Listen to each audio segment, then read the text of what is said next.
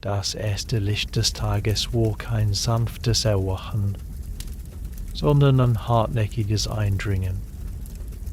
Es schlich sich als schmale, staubige Streifen durch den Spalt der hölzernen Fensterläden und traf genau auf Lucius geschlossene Lider. Ein leises Stöhnen entwich ihn, als er sich unter den groben Wollmantel, der ihm in der Nacht als Decke gedient hatte, zur Seite wand.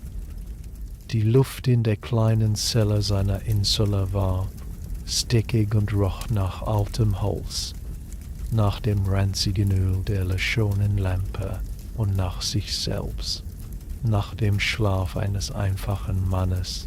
Es setzte sich auf, die Füße berührten den kühlen, unebenen Boden aus gestampftem Lehm. Sein Schlafgewand, eine einfache, kurzärmelige Tunika aus Leinen, klebte ihm am Rücken.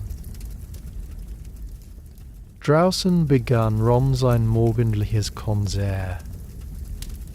Das fern metallische Rasseln eines Karrens über Kopfsteinpflaster, das schrille Rufen eines Wasserverkäufers in einer Gasse weiter unten, das gedämpfte Plappern und Scheppern aus anderen Wohnern im mehrstöckigen Mietshaus. Lucius reibsichtes Gesicht spürte den leichten Stoppelrasen auf seinen Wangen. Der Tag forderte sein Ritual. Auf einem niedrigen Hocker neben seinem einfachen Bett aus Holz und gespannten Gurten standen ein paar wenige Gegenstände, eine kleine Bronzekanne mit Wasser, eine Flasche Schale, ein rundes Gefäß mit Olivenöl und die Strigilis, das gebogene Schabeisen aus Bronze. Er goss etwas von dem kühlen Wasser in die Schale, tauchte die Hände ein und führte sie sich über Gesicht. Dann nahm er das Ölgefäß, goss es in kleinen glänzenden Schimmer in seine hohle Hand und rieb es über seine Arme, seine Brust und seine Beine. Der fettige Film fühlte sich zunächst fremd an, schützte aber die Haut und bereitete sie auf die Reinigung vor. Nangriff, so Stridelis. Mit djupten, langen Zügen führte die konkave Kante über seine Haut, schabte das Öl zusammen mit dem Schmutz und dem Schweiß des vergangenen Tages ab. Das leise, kratternde Geräusch war vertraut und beinahe meditativ. Der abgestreifte Schmodder landete in einer kleinen Auffangschale, die später entleert werden würde. Er stand auf, streifte die schmutzige Schlaftunika, anzog seine Alltagskleidung an, eine saubere, cremefarbene Tunika aus festerer Wolle, die ihm bis zu den Waden reichte. Ein einfacher Ledergürtel hielt das Gewand in der Teile zusammen. Barfuß ging er zur kleinen Holztruhe in der Ecke und holte sein Frühstück hervor, einen halben Laib Brot, hart von gestern, aber noch essbar, und einen kleinen Tonkrug mit Mosum, Honigwein. Er brach ein Stück Brot ab, tauchte es in den süßen, schweren Wein, um es aufzuweichen. Der Geschmack war süß und getreidig, eine einfache, nährende Kraftquelle. Während er aß, trat er an das Fenster und schob einen der Läden zur Seite. Die Aussicht war nicht grandios. Er blickte in einen engen Innenhof, umgeben von den hohen, verwisten Fassaden der umliegenden Insulae. Wäscheleinen spannten sich von Fenster zu Fenster, bewegten sich träge in der kaum spürbaren Morgenbrise. Auf einem Sims gegenüber Garten Tauben, doch aus der Tiefe Bäger, darin die lebendigen Beweis der erwachenden Stadt zu ihm herauf, das rhythmische Klopfen eines Walkers, als der Nauen Pharmonika Das helle Lachen einer Magd, die in einem ausleerte, und der anhaltende, vielstimmige Grunton von 1000 Menschen, die ihren Tag begannen. Lucius trank den letzten Schluck mulsam. Der Wein wärmte seine Kehle und schärfte seine Sinne für die Aufgaben, die vor ihm lagen. Er war ein Schreiber, kein Senator oder Händler. Sein Tag würde in der Stille eines Skriptoriums verbracht werden, umgeben von Papier und dem Geruch von Tinte. Doch bevor diese Stille ihn umfing, gehörte diese kurze, private Morgen ihm allein. Er spülte Mund und Hände mit dem restlichen Wasser aus der Kanne, wischte sich mit einem Lappen trocken und setzte sich auf die Bettkante, um seine Sandalen anzuziehen. Die Lederschlingen um seine Knöchel zu binden, war eine letzte, vertraute Handlung vor dem Eintritt in die Öffentlichkeit. Sein Gedanken, bisher im Nebel des Schlaf und der routinierten Abläufe gefangen, begannen klarer zu werden. Sie wanderten zum Nachmittag. Eine Werbung stand bevor. Sein Freund Marcus, den er seit ihren gemeinsamen Schuljahren bei dem alten Griechen Lepidus kannte, hatte eine neue Taverne in der Nähe des Tiber erwähnt. Zum grünen Zweig soll sie heißen. Marcus, immer auf der Suche nach neuen Erfahrungen und einem guten Krügelchen Wein, hatte darauf bestanden, dass Lucius sie mit ihm prob. Lucius war von Natur aus vorsichtiger, ein Mann der Gewohnheit, der die vertraute Poppina um die Ecke vorzog. Doch die beharrliche Freundschaft des lebhaften Marcus war eine Kraft, der er sich selten entzog.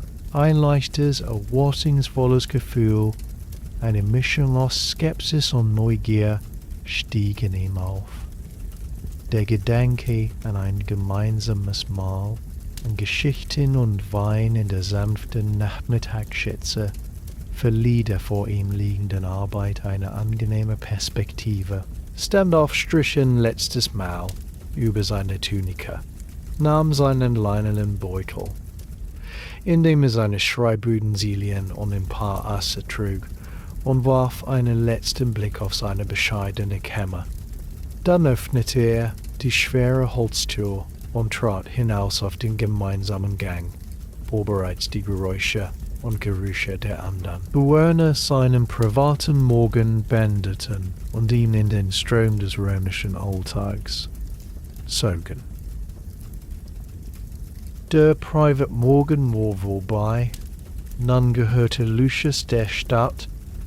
Der gemeinsame Gang im 3. Stockwerk der Insula war ein dunkler, enger Schlauch, nur spärlich durch das Derstaub des Hofes tanzte. Der Geruchheil war anders, komplexer.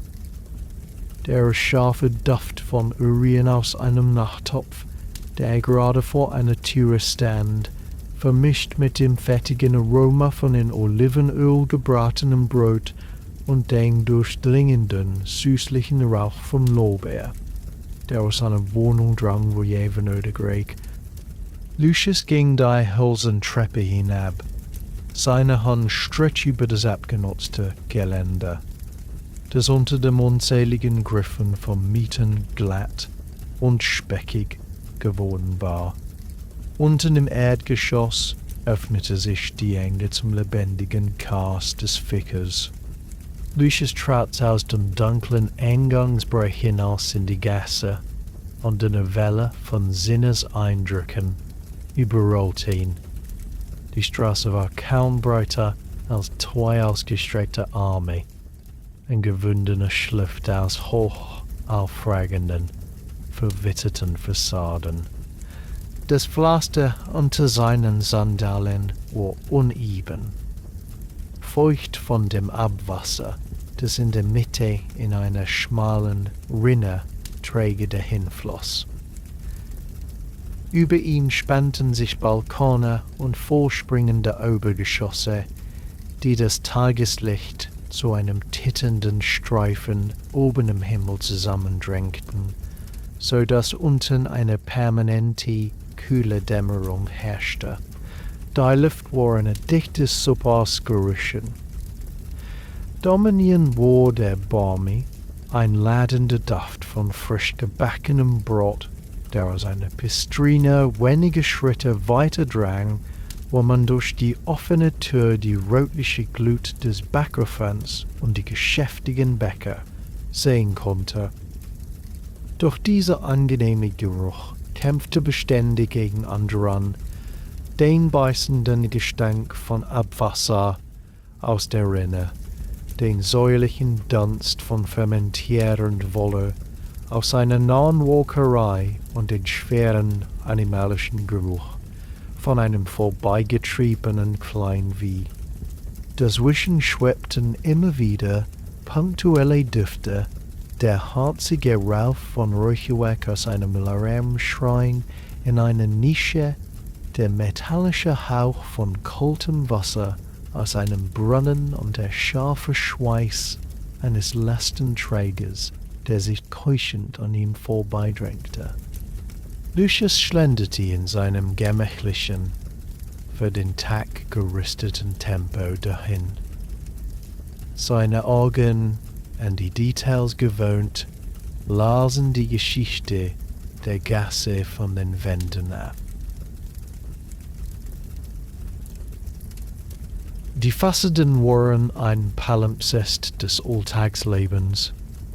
Unter den bröckelnden Putzschichten aus rotem Ocker und Gelb schimmerten an manchen Stellen ältere Wundermeeren durch verblasste Gartenszenen oder mythologische Figuren, Überreste einer wohlhabenderen Vergangenheit des Viertels. An einer Ecke prangte ein grob gemaltes Wallplakat für einen lokalen Magistrat, die roten Buchstaben schon von Regen und Zeit ausgewaschen. Über einer Tür war ein fahles Symbol in den Stein gemeißelt, ein apotropäisches Zeichen zum Abwenden des bösen Blicks. In einer kleinen Nische thronte ein verwitterter Hermeskopf, vor dem frische Blütenblätter verstreut lagen. Ein Wasserverkäufer, ein hagerer Mann mit ledriger Haut, kam mit seinem Karren um die Ecke. 2 große Amphoren schwankten auf der Achse. Das Wasser darin gluckerte mit jedem Schritt. Klares, kühles Wasser vom Aquädukt, rief er mit heiserer Stimme aus. Lucius schüttelte den Kopf. Ein kurzes, freundliches Nein. Der Mann nickte und zog weiter. Sein Verhalten im Gewirr der Geräusche. Gleich darauf umflutete ihn ein Schwall fröhlichen Lärms. Eine Gruppe von Kindern, barfuß und in schmutzigen Tuniken, jackte sich zwischen den Beinen der Passanten hindurch. Sie spielten Paar in Paar, eine schnippten mit den Fingern, die anderen riefen ihre Vermutung. Ihr unbeschwertes Lachen, ein heller Kontrast zur geschäftigen Ernsthaftigkeit der Erwachsenen, holt die von den engen Wänden wieder. Lucius musste lächeln. In ihrem Spiel sehen sie nicht die Armut der Gasse, nur das endlose Labyrinth ihrer Abenteuer. Weiter vorne, an einer etwas breiteren Stelle, mündete die Gasse in einen kleinen, unregelmäßigen Platz. Hier standen 3 öffentlichen Latrinen. Ein niedriges, gewölbtes Gebäude mit einer offenen Steinbank, in die halbkreisförmige Löcher geschnitten waren. Selbst von außen war der ammoniakalische Geruch stark. Ein paar Männer saßen dort in gemütlicher Runde, ihre Tuniken hochgezogen und führten ein Gespräch, als säßen sie in einer Basilika. Lucius ging schneller vorbei, doch der Anblick regte Gedanken an. Hier, an diesem profenen Ort, trafen sich alle Stände, zumindest alle, die keine privaten Aborte in ihren Domus besaßen. Der reiche Händler, der seine Insel im selben Viertel besaß, der freigelassene Sklave, der Schreiber wie er selbst. Für einen kurzen, gleichmacherischen Moment waren sie alle nur Römer, die einem grundlegenden Bedürfnis nachkamen. Es war ein seltsamer, intimer Kern des sozialen Gefüges, entblößt und ungeschminkt. Verbogen eine etwas größere Straße hinein, die zur Hauptverkehrsader des Viertels führte. Das Gedränge wurde dichter, das Geräuschpegel stieg. Laste Saal meid Körben voller Sävelen und Kohl von triefenden Sklaven geführt, eine Sänfte getragen von 4 kräftigen Männern, deren vornehme Insassen hinter geschlossenen Vorhängen verborgen blieb. Ein Haussklav mit einem vollen Marktkorb, der geschickt seinen Weg bahnte. Lucius dachte über das unsichtbare Netz nach, das all diese Menschen verband, sein eigenes Leben als besoldeter Schreiber war. Ein winziger, aber stabiler Faden darin. Er produzierte keine Waren, bestellte kein Land, kommandierte keine Legionen. Doch seine Hand die Verträge, Quittungen und Briefe kopierte, half das riesige, rastlose Getrie der Stadt am Laufen zu halten. Es war eine bescheidene, aber notwendige Rolle in der großen Familie, die er Wachs mit seinem Lärm, seinem Gestank und seiner unerschöpflichen Vitalität war die Lebensader, die alles nährte. Vom Senator auf dem Palatin bis zum Bettler an der Tiberbrücke. Jeder Schritt auf diesem vertrauten Weg festigte seine Stelle in diesem Geflecht. Ein Mann unter 1 Million, doch mit 1 Million geordneten Pfad durch das Chaos.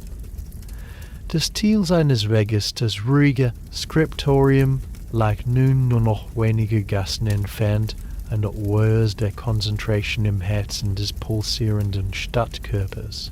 Das Tourism Skriptorium schloss hinter Lucius mit einem sanften, dämpfenden Knarren.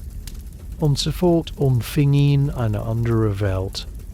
Der lärmende, olfaktorische Chor der Straße verstummte zu einem gedämpften Hintergrundrauschen, wie das Meer hinter einer dicken Mauer.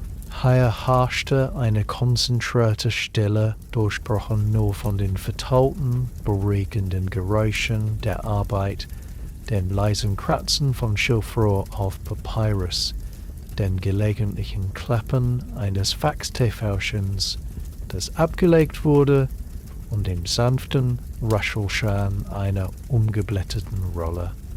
Die Luft war trocken und stubig, erfüllt vom erdigen Geruch von Papyrus, dem scharfen, metallischen Hauch von Tinte und dem wachsigen Duft der vielen Kerzen, die selbst am Vormittag in ihren Leuchtchen brannten, um den großen Raum zu erhellen. Das Skriptorium war ein langer, rechteckiger Saal mit hohen, schmalen Fenstern, die nach Norden zum Hof hinausgingen und ein kühles, gleichmäßiges Licht spendeten. Entlang der Wände und in mehreren Reihen in der Raummitte standen einfache, aber massive Holztische, jeder mit einem Eschimel. Auf diesen Tischen thronte das Werkzeug des Schriftgelehrten, Flasche Holzschalen mit schwarzer und roter Tinte, Wassergefäße zum Anfeuchten der Rohrfäden, Scharfmesser zum Zuspitzen derselben, Bimstein zum Glätten des Papyrus und schwerer, Flaschestein als Beschwerer. Überall lagen, standen und lernten die Medien der Worte, sauber gerollte Papyrusrollen in Körben, beschriebene, zur Prüfung bereitliegende Verträge in Stapel und die allgegenwärtigen, zusammengeklappten Wachstäfelchen, deren braune Oberflächen mit den eingravierten Notizdecke. Lucius Platz war an einem Tisch in der Nähe des Fensters. Nickt ein paar stillen Kollegen zu, die bereits über ihre Arbeit gebeugt waren, und setzte sich. Aus seinem Leinbeutel holte er seine persönlichen Utensilien. Eine gut gespitzte Kalamus als Schilfrohr, ein kleines Tintenhorn und einen sauberen Lappen. Seine Aufgabe für den Vormittag lag bereits bereit von dem Aufseher des Skriptoriums, einem ernsten freigelassenen namens Secundus, auf seinen Platz gelegt. Es wurde Entwurf eines Vertrages zwischen einem Getreidehändler aus Ostia und einem städtischen Verwalter über die Lieferung von 500 Modi Weißen. Lucius' Arbeit bestand darin, eine makellose endgültige Kopie auf einem feinen Stück Papyrus anzufertigen. Er rollte den Entwurf auf, gewöhnte seine Augen an die flüchtige, oft korrigierte Handschrift des Anwalts und tauchte seine Feder vorsichtig in die Tinte. Die Welt schrumpfte auf dem Bereich vor seinen Händen zusammen. Die Bewegung seiner Hand wurde rhythmisch, fast automatisch. Federanter, überschüssige Tinte am Rand der Schale abstreifen, die eleganten, klaren Buchstaben der römischen Kapitalschrift auf den hellen Grund setzen. Jeder Buchstabe musste perfektet sein, jeder Abstand gleichmäßig, jede Zeile gerade. Ein Fehler konnte die ganze Rolle unbrauchbar machen. Seine Konzentration war so tief, dass er das erste leise Stimmengewirr erst bemerkte, als es bereits einige Minuten im Gange war. Und ich sage dir, seine Frau hat es mit eigenen Augen gesehen. Nachher sie die Tunike zerrissen und voller Schlamm und roch nach, na ja, du weißt schon, nach diesem Parfüm aus der Gasse hinter dem Circus Maximus. Lucius blickte auf, ohne den Rhythmus seiner Hand zu unterbrechen. Zweiter weiter saß Gaia. Sie war eine freigelassen, vielleicht Mitte 30, mit einem freundlichen, rundlichen Gesicht und geschickten Händen, die normalerweise Rechnungen für einen Wollhändler kopierte. Sie arbeitete mit der gleichen Hingabe, mit der Lucius seinen Vertrag schrieb, aber ihr Kopf war stets zur Seite geneigt, bereit, die neueste Nachricht aus dem Viertel aufzufangen und weiterzugeben. Ihr Gesprächspartner war Aulus, der an den Tisch gegenüber saß. Aulus war ein schmächtiger Mann mit einer hohen Stirn und einem spärlichen Bart, der immer ein wenig zerstreut wirkte, als verfolge er in Gedanken, der Lichtjahre entfernt war. Er hatte aber als junger Mann ein paar Vorlesungen des stoischen Wunderlehrers gehört, und seitdem neigte er dazu, jede alltägliche Beobachtung mit einer scheinbar tiefgründigen, oft absurden Sentenz zu versehen. Er hörte Gaia zu, während er eine Liste von Lieferungen für ein Landgut auf einer Wachstafel kritzelte. Der Schlamm, erwiderte Aulus, ohne aufzublicken, seine Stimme trocken und bedächtig, ist nur die äußere Hülle der Verwirrung. Wie Seneca sagen könnte, der Mann, der seinen Weg in den Morast findet, hat bereits den inneren Pfad der Tugend verlassen. Oder es war einfach nur sehr dunkel, und er ist in eine Pfütze gefallen. Gaia kicherte. Aulus, du bist unmöglich. Es war die Tänzerin aus Syrakus, die Neue. Jede spricht darüber. Sie seufzte terralisch und wandte sich Lucius zu, der ihr aktueller Zuhörer sich als unbefriedigend erwiesen hatte. Lucius, du hast doch sicher auch von der Hitze gestern gehört. Sie sagen, im Circus ist ein Wagenlenker, der Rosata, ohnmächtig geworden, direkt vor der letzten Kurve. Hitzschlag, sein Pferd gewann trotzdem. Ein Zeichen der Götter findest du nicht. Lucius lächelte, setzte aber sorgfältig das Wort mensura zu Ende, bevor er antwortete.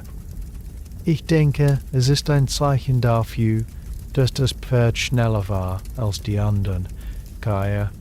Und die Hitze ist für alle die gleiche. Sie hängt über der Stadt wie eine wollene Decke. Eine treffende Metapher, murmelte Aulus und nickte anerkennend. Die Hitze als Decke. Sie erstickt die Leidenschaften, presst den Schweiß aus den Poren der Menschheit. Ein natürlicher Gleichmacher. Ob Senator oder Sklave, unter dieser Decke sind alle nur schwitzende Körper. Asch, red keinen Unsinn, schnaubte Gaia liebevoll. Unter dieser Decke riecht der Senator nach Rosenöl und der Sklavie nach Zwiebeln. Da gibt es keinen Gleichmacher. Sie beugt sich vor, ihre Augen funkelten vor neuerlicher Enthüllungslust. Aber zurück zum Rennen.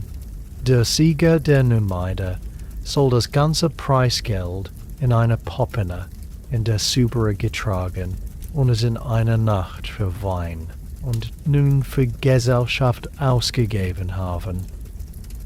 Ganz allein.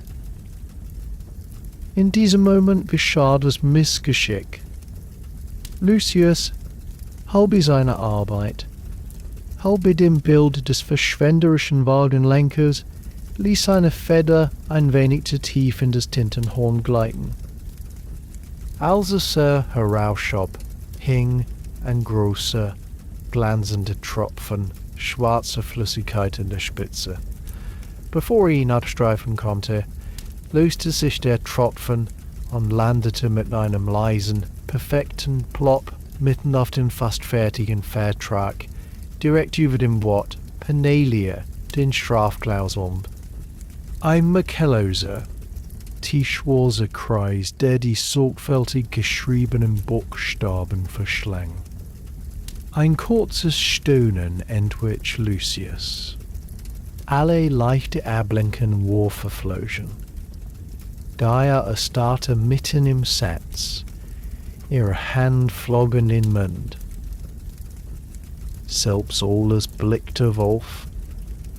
Der arme Getreidehändler. Aulus nickte langsam. Siehe da, sagte er mit seiner ruhigen, philosophischen Stimme. Die Tinte, Symbol des festgehaltenen Wortes, rebelliert gegen ihre Bestimmung. Ein kleines Chaos in der geordneten Welt des Vertrages. Ein Hinweis darauf, dass alle menschlichen Abmachungen letztlich der Vergänglichkeit unterliegen. Oder einfach nur ein kleines Malheur, des Bimstein Ungeduld erfordert.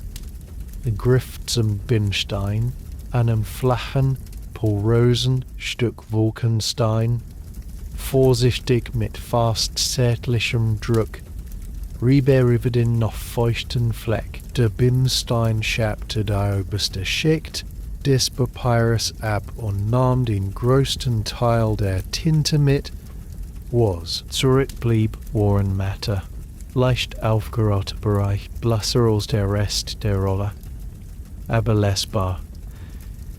Die Buchstaben darunter waren gerettet, wenn auch jetzt geisterhaft. Er würde den Bereich später mit äußerster Vorsicht und einer sehr spitzen Feder nachziehen müssen. Es war kein Desaster, aber es kostete ihn Zeit und erhöhte Concentration. Der Waffel schien die kleine Gruppe belebt zu haben. Die Arbeit ging weiter, aber die Gespräche wurden allgemeiner, entspannter. Da erzählte von den exorbitanten Preisen für Olivenöl in diesem Sommer, alles sinnierte über die Vorzüge der kühlen Morgendusche im Vergleich zum lauwarmen Bad am Nachmittag. Lucius, wieder versunken in seine Korrekturarbeit, hörte mit einem Ohr zu. Das Skriptorium war mehr als nur ein Arbeitsplatz. Es war eine kleine Gemeinschaft, ein Mikrokosmos der Staubs, mit seinen eigenen Charakteren, seinen trivialen Klatsching und seinem kleinen Charakteren, wie dem Tintenfleck. Die ruhige Atmosphäre war nicht die der Stille eines Tempels, sondern die einer gut geölten Maschine, in der das leise Summen der Gespräche, das rhythmische Kratzen der Fäden begleitete. Hier, zwischen den Zeilen der Verträge und Rechnungen, pulsierte das einfache, menschliche Leben Roms weiter, unbeeindruckt von der Hitze, den Wagenrennen oder den Strafklauseln für Getreidelieferungen. Die Sonne hatte ihren höchsten Stand erreicht und schien nun senkrecht durch die hohen Fenster des Skriptoriums, so dass die staubigen Lichtbalken wie solide, golden schimmernde Säulen auf dem Boden standen. Die Hitze im Raum müde, dann, wie eine Befreiung, erklang die tiefe, bronzene Stimme der Glocke vom nahen Tempel der Weste. Es war die 8. Stunde der Mittagszeit. Ein kollektives, erleichtertes Aufatmen ging durch den Raum. Fäden wurden abgelegt, Wachstäfelchen geschlossen, Papyrusrollen vorsichtig gerollt und in ihre Körbe gelegt. Lucius streckte sich, spürte das leichte Knacken in seinem Nacken nach Stunden des gebeugten Sitzens. Der vertrackt Tintenfleck war schließlich übermalt, der Vertrag für den Getreidehändler gerettet und zur Trocknung beiseite gelegt. Der Gedanke an eine Pause, an frische Luft und etwas, das kein trockenes Brot aus einem Beutel war, belebte seine Sinne. Er stand auf und schloss sich dem gemächlichen Strom seiner Kollegen an, die zur Tür drängten. Draußen auf der schmalen Straße war die Hitze eine greifbare Wand, aber sie war bewegt, erfüllt von den Gerüchen des Mittags, bratendes Fleisch, gedünstetes Gemüse und der durchdringende Duft von Knoblauch und Kreuzkümmel aus unzähligen Küchen. Wie jeden Tag bilden sich kleine Gruppen. Gaia verschwand mit ein paar anderen Frauen in Richtung eines nahen Thermopoliums, wo sie schnell eine Schale warmen Eintopfs und ein Stück Käse erwerben konnten. Alles verabschiedete sich mit einem philosophischen Nicken und schlenderte davon, wahrscheinlich zu einem schattigen Platz im nahen Portikus, um in Ruhe sein Brot zu essen und die vorbeiziehenden Menschen zu beobachten. Lucius blieb einen Moment unschlüssig stehen. Seine Gewohnheit hieß, zu dem bescheidenen Popina an der Ecke zur Beckerstraße zu gehen, wo der Wirt, ein ehemaliger Legionär, mit einer Narbe über dem Auge, ein passablen Linseneintopf und sauren Wein zu einem festen Preis anbot. Es war keine kulinarische Offenbarung, aber es war vertraut, schnell und billig. Lucius, endlich! Ich dachte schon, du würdest in deiner Tinte verschwinden, gehörte Marcus. Er tauchte aus dem Schatten eines vorspringenden Balkons auf. Sein breites Gesicht glänzte vor Schweiß, aber sein Lächeln war ungetrübt. Marcus, ein Aufseher in einer nahen Lagerhalle für importierte Gewürze, trugen etwas feinere Tunika als Lucius, aber sie war an den Ärmeln mit einer staubigen gelblichen Schicht Safran oder Kurkuma gepudert, dem unvermeidlichen Abfall seines Berufs. Komm, lass uns etwas Rufs. Komm, lass uns etwas Rufs. Dieses ständige Herumhocken macht hungrig. Die Popinides, Severus ist in no. What viands, Severus ist kenuho, erwiderte Lucius, begann aber bereits, sich in die von Marcus angedeutete Richtung zu bewegen. Ach, Severus, sein Eintopf schmeckt wie das, was in Afrika aus seinen Stiefeln gekratzt hat. Mein Freund, heute habe ich hier etwas Besseres. Marcus legte einen vertraulichen Arm um Lucius' Schultern und lenkte ihm geschickt durch die mittagliche Menschenmenge. Hast du von der neuen Stelle am Tiber gehört? Ganz in der Nähe der Pons Aemilius. Sie nennen sie Grünenzweig. Eine richtige Taverne. Nicht so in Lock wie die Popene hier. Lucius runzelte die Stirn. Die Unterscheidung war nicht trivial. Eine Popine war im Grunde ein Schnellimbiss, ein Ort für die einfache, arbeitende Bevölkerung, um schnell etwas Warmes zu sich zu nehmen und billigen Wein zu trinken. Oft mit dem Ruf von Lärm, Würfelspiel und gelegentlichen Schlägereien behaftet. Ein Thermalium war ähnlich, verkaufte heiße Speisen und die Getränke über einen Tresen. Eine Taverne hingegen, obwohl auch sie kein vornehmer Ort war, hatte oft einen etwas besseren Ruf. Sie konnte ein Gasthaus mit Übernachtungsmöglichkeiten sein oder einfach eine etabliertere Kneipe, wo man länger verweilte, vielleicht sogar an einem Tisch saß. Sie zogen eine gemischte Kundschaft an, Handwerker, kleinere Händler, vielleicht sogar einen verarmten Gelehrten, der soziale Mäkel, in einer solchen Einrichtung gesehen zu werden, war für einen einfachen Bürger wie Lucius gering, aber für einen Senator wäre es ein Skandal. Eine Taverne am Tiber, fragte Lucius skeptisch. Das ist das Viertel der Schauerleute und Gerber.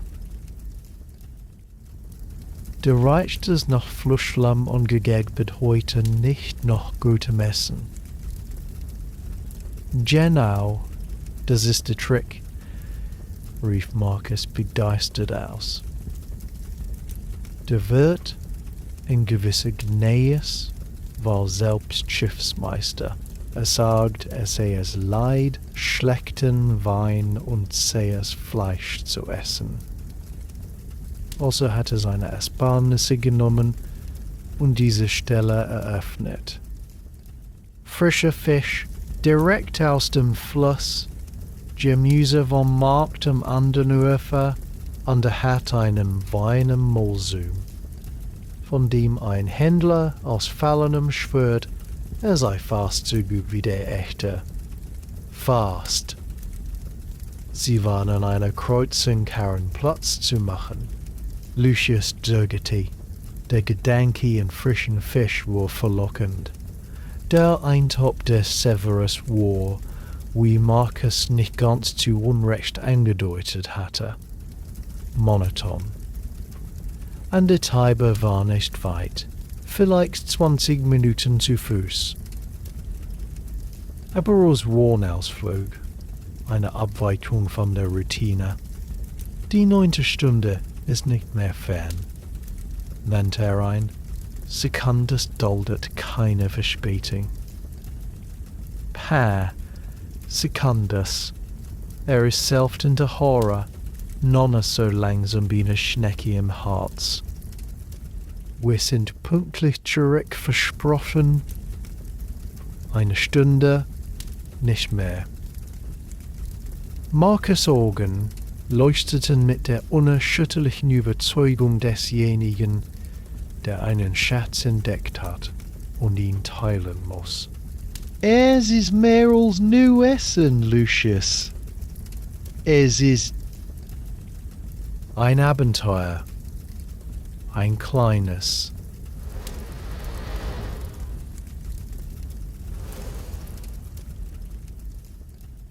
Und dem Mann sitzen, reden, den Flussrauschen hören kann. Nicht dieses stehende Hinunterschlingen zwischen stinkenden Säcken, schreienden Händlern. Lucius spürte, wie sein Widerstand schmolz. Marcus hatte eine Gabe, die einfache Handlung des Essens in ein kleines Ereignis zu verwandeln.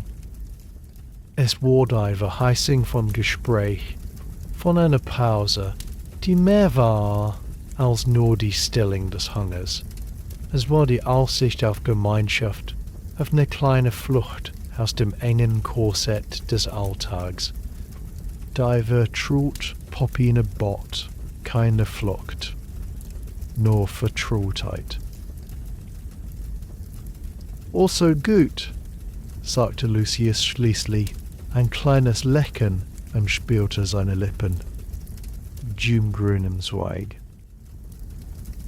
Aber wenn diese Milsum nur nach vergorenem Honig mit Flusswasser schmeckt, bezahlst du. Marcus lachte. Ein lautes, fröhliches Geräusch, das einige vorbeigehende Passanten aufschauen ließ. Abgemacht.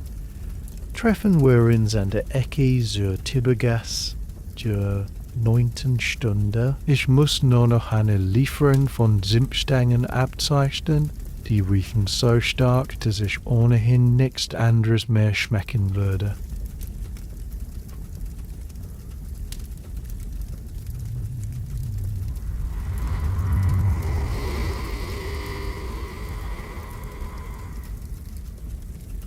An der Ecke. Sie gingen getrennte Wege, Marcus mit einem fröhlichen Wink zurück zu seinem Gewürzlager, Lucius mit einem plötzlichen leichten Gefühl der Vorfreude im Bauch. Er beschloss, sein mitgebrachtes Brot an einem Brunnen zu essen, um den Appetit für das spätere Mahl zu bewahren. Während durch die jetzt etwas ruhigere Mittagsgasse schlenderte, malte es sich die Taverne aus. Einen kühlen, schattigen Raum mit Blick auf das träge dahinfließende Wasser des Tibers, das Plätschern im Hintergrund, den Geruch von gebratenem Fisch und frischem Dill. Es war nur eine Mahlzeit in einer Kneipe, doch in Marcus' enthusiastischer Darstellung hatte sie den Geschmack von etwas Besonderem angenommen, einem kleinen Ritual der Freundschaft, das den grauen Arbeitstag erhellen würde. Komme! Der Nachmittag im Skriptorium kroch dahin, schwer und langsam wie Honig an einem kühlen Tag. Nach der Belebung der Mittagspause hätte sich die Stille wieder über den Raum gelegt, eine Stille, die nun von der drückenden Hitze erfüllt war, und das Kratzen der Fäden zu einem mühsamen, einschläfernden Geräusch macht. Lucius arbeitet in einer neuen Aufgabe, einer langen Liste von Lieferungen für ein Landgut in Latium, aber seine Gedanken weiteten sich, bei den kolonnenweise aufgereihten Mengen Olivenöl, Weizen und getrockneten Feigen zu verweilen. Stattdessen wanderten sie immer wieder zum Fenster neben seinem Platz. Durch den schmalen Spalt der geöffneten Läden beobachtete er das träge Straßenleben der 9. Stunde. Die heftige Aktivität des Vormittags hatte sich gelegt. Die Gasse schien in einem hitzigen Dämmerschlaf zu liegen. Ein Hund, dessen Rippen unter dem schmutzigen Fell sichtbar waren, lag regungslos im Schatten einer Türschwelle. Gelegentlich schlürfte ein Passant vorbei, die Tunika am Rücken dunkel vom Schweiß, das Gesicht der Maske abgestumpfte Entschlossenheit. Selbst die Kinder, die am Morgen so laut gespielt hatten, waren jetzt still irgendwo in kühleren Ecken versteckt. Nur die Fliegen waren aktiv, sammelten in trägen Kreisen durch den staubigen Lichtstrahl, der auf Lucies Tisch fiel. In dieser lethargischen Atmosphäre begann seine Vorstellungskraft, das versprochene Ziel auszumalen. Die Taverne zum grünen Zweig formte sich in seinem Geist aus den Bruchstücken von Markes Beschreibung und seinen eigenen Hoffnungen. Es sah sie nicht als prächtigen Speisesaal, sondern als einen Ort der schattigen Kühle. Sie würde ein festes Dach haben, vielleicht sogar mit einem Strohdach, das die Hitze abhielt. Die Front wäre zur Straße hin offen, aber mit schweren, grob gewebten Vorhängen, die man bei Bedarf zusehen konnte, um die tiefstehende Nachmittagssonne abzuschirmen, abgewetzt von unzähligen Ellenbogen und Krügen und Hocker keine liegen. Der Boden wäre aus gestampftem Lehm, vielleicht mit frischem Schilf oder Kräutern bestreut, um den Staub zu binden, um einigen sauberen Duft zu verbreiten. Das wichtigste Detail, das er sich vorstellte, war das Geräusch, nicht das Geschrei der Gasse, sondern das tiefe, beruhigende Rauschen des nahen Tibbers, ein konstantes, weißes Rauschen im Hintergrund, das alle scharfen Kanten der Stadt abschleifen würde. Undergärig, hoffentlich der von Holzrauch, von in Kräutern schmorenden Fisch und dem süßen, hefigen Duft von frisch gesapptem Honigwein. Du trinkst schon vom Wein, sähe. Scientology hatte seine Arbeit beiseite geschoben und beobachtete Lucius mit einem Ausdruck milde, neugieriger Belustigung. Dein Blick ist so verloren wie der eines Philosophen, der die Essenz des Weins in seiner Schale sucht. Lucius schüttelte den Kopf, ein wenig ertappt. Ich denke nur an die Verabredung. Marcus hat eine neue Taverne am Tiber entdeckt. Der Fluss des Handels und der Träume. Und der Heimat unzähliger Popinei von zweifelhaftem Ruf. Das erinnert mich an eine Geschichte. Seine Augen glitzerten. Er hatte die Gabe oder die Angewohnheit, jede Erwähnung eines alltäglichen Themas mit einer Anekdote zu würzen, die oft mehr über seine eigene Weltanschauung verriet, als über das eigene Anekdote vor. Es war vor einigen Jahren, begann Aulus, seine Stimme nahm den ruhigen, erzählerischen Tonfall an, den er für solche Gelegenheiten reservierte. Ich war in der Nähe des Emporium, um einen Lieferzettel für griechische Keramik abzuholen. Die Hitze war ähnlich wie heute, eine Faust, die die Kehle zudrückt. Also trat ich hinein diese Pop hinein, ein fensterloses Loch in der Wand, das mehr nach ranzigem Fett als nach Essen roch. Und dort in der Ecke saß ein Mann. Oder vielmehr hing über seinem Tisch, gestürzt auf einen leeren Tonkrug, trug eine Tunika, die einst weiß gewesen sein mochte.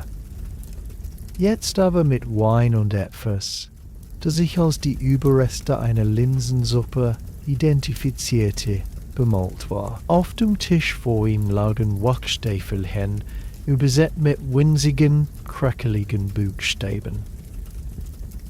Alles machte eine kunstvolle Pause, um die Spannung zu erhöhen, die in dem stillen Skriptorium ohnehin schon greifbar war. Ein paar andere Schreiber in der Nähe hatten ihr Kratzen verlangsamt, lauschten mit halbem Ohr. Es stellte sich heraus, fuhr alles fort, dass dieser bemitleidenswerte Kerl ein Dichter war, oder er gab sich als einen aus. Ein Grieche aus Alexandria, der nach Rom gekommen war, um sein Glück zu machen. An diesem Tag, so erzählte er mir zwischen Schluchzen und unzusammenhängenden Ausrufen über die Museen, hatte er sein letztes Aas für einen Krug des sauersten Weins der Subura ausgegeben. Sein letzter Werkstevel war beschrieben mit einem Epos, seinem Meisterwerk, das er einem wohlhabenden Patron anbieten wollte. In einem Anfall von dichterischer Ekstase wurde vielleicht einfach den Krug umgestoßen. Der Wein floss über die Tafel, löste das Wachs auf und verwischte jeden einzelnen Buchstaben seines unsterblichen Werkes treu, einem klebrigen Violet Brei. Gaia, die an einem näheren Tisch saß, hatte aufgehört zu schreiben. Der Arme, flüsterte sie, ihre Augen weit aufgerissen vor dramatischem Mitgefühl. Der Arme? Ja, nickte alles. Aber hier kommt die Lehre, oder vielmehr die Beobachtung. Dieser Mann, dieser gescheiterte Dichter, weinte nicht über den Verlust seiner Worte. Nein, er weinte darüber, dass der Wein, der sie zerstört hatte, so abscheulich war. Dann wäre diese Störung ein Abel gewesen. Eine Opfergabe an Bacchus. Aber dieser Essig, diese Beleidigung der Traube.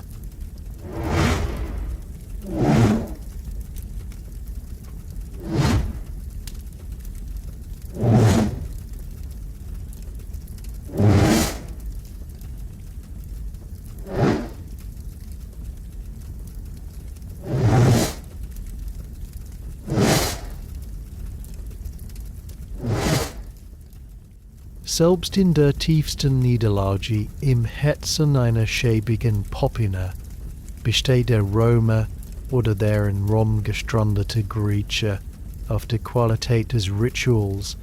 Das, was man isst und trinkt, ist untrennbar mit dem Warum und dem War verbunden. Lucius musste schmunzeln. Sie war typisch für Aulus, amüsant, etwas absurd, aber mit einem Kern von Wahrheit, der unter der Oberfläche brodelte.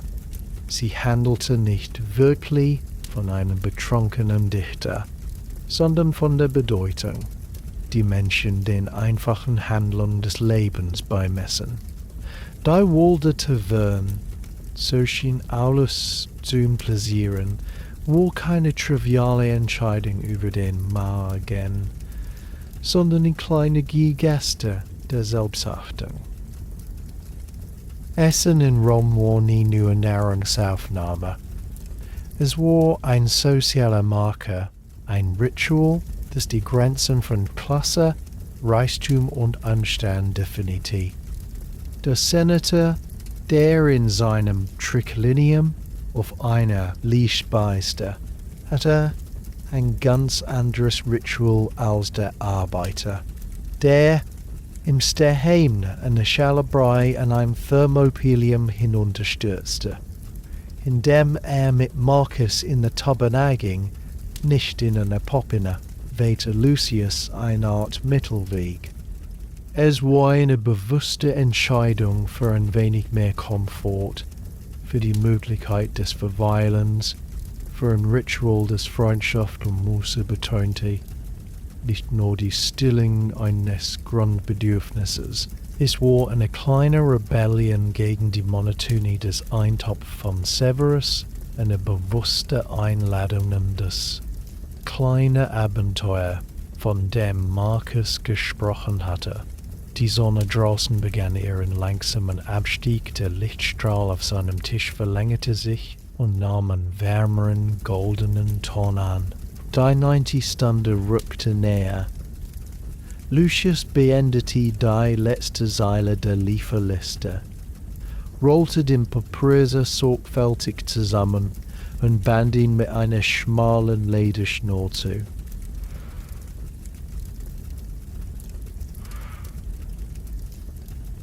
Er reinigte seine Feder, verschloss sein Tintenhorn und wischte den Tisch mit einem Lappen ab. Die vertrauten Handlungen des Aufräumens markierten das Ende der Arbeitsphase seines Tages. Eine leichte, fast elektrische Erwartung durchfuhr ihn in Kontrast zur vorherigen Lethargie. Er stand auf, nickte Aulus und Gaia zum Abschied zu.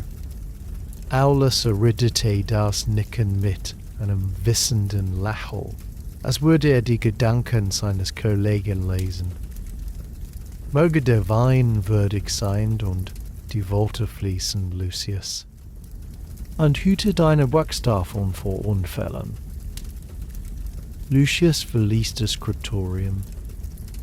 Die Hitze auf der Straße traf ihn wie eine feuchte Decke, aber sie fühlte sich jetzt weniger bedrückend an, eher wie ein natürlicher Teil des Übergangs vom geschäftigen Tag zum geselligen Abend. Sein Weg führte ihn nicht sofort zur verroberten Ecke. Er schlug zunächst die Richtung zu seiner Insel rein, um seinen Schreibbeutel abzulegen und vielleicht das Gesicht mit frischem Wasser zu benetzen. Die Gassen waren wieder belebter, als die Menschen die letzte Arbeitsstunde beendeten und sich auf den Heimweg oder zu ihren eigenen Abendvergnügungen machten. Lucius ging mit einem leichteren Schritt als am Morgen. Der Nachmittag im Skriptorium war vergangen, getragen von langsamer Arbeit und den flüsternden Gedanken an das, was kommen würde.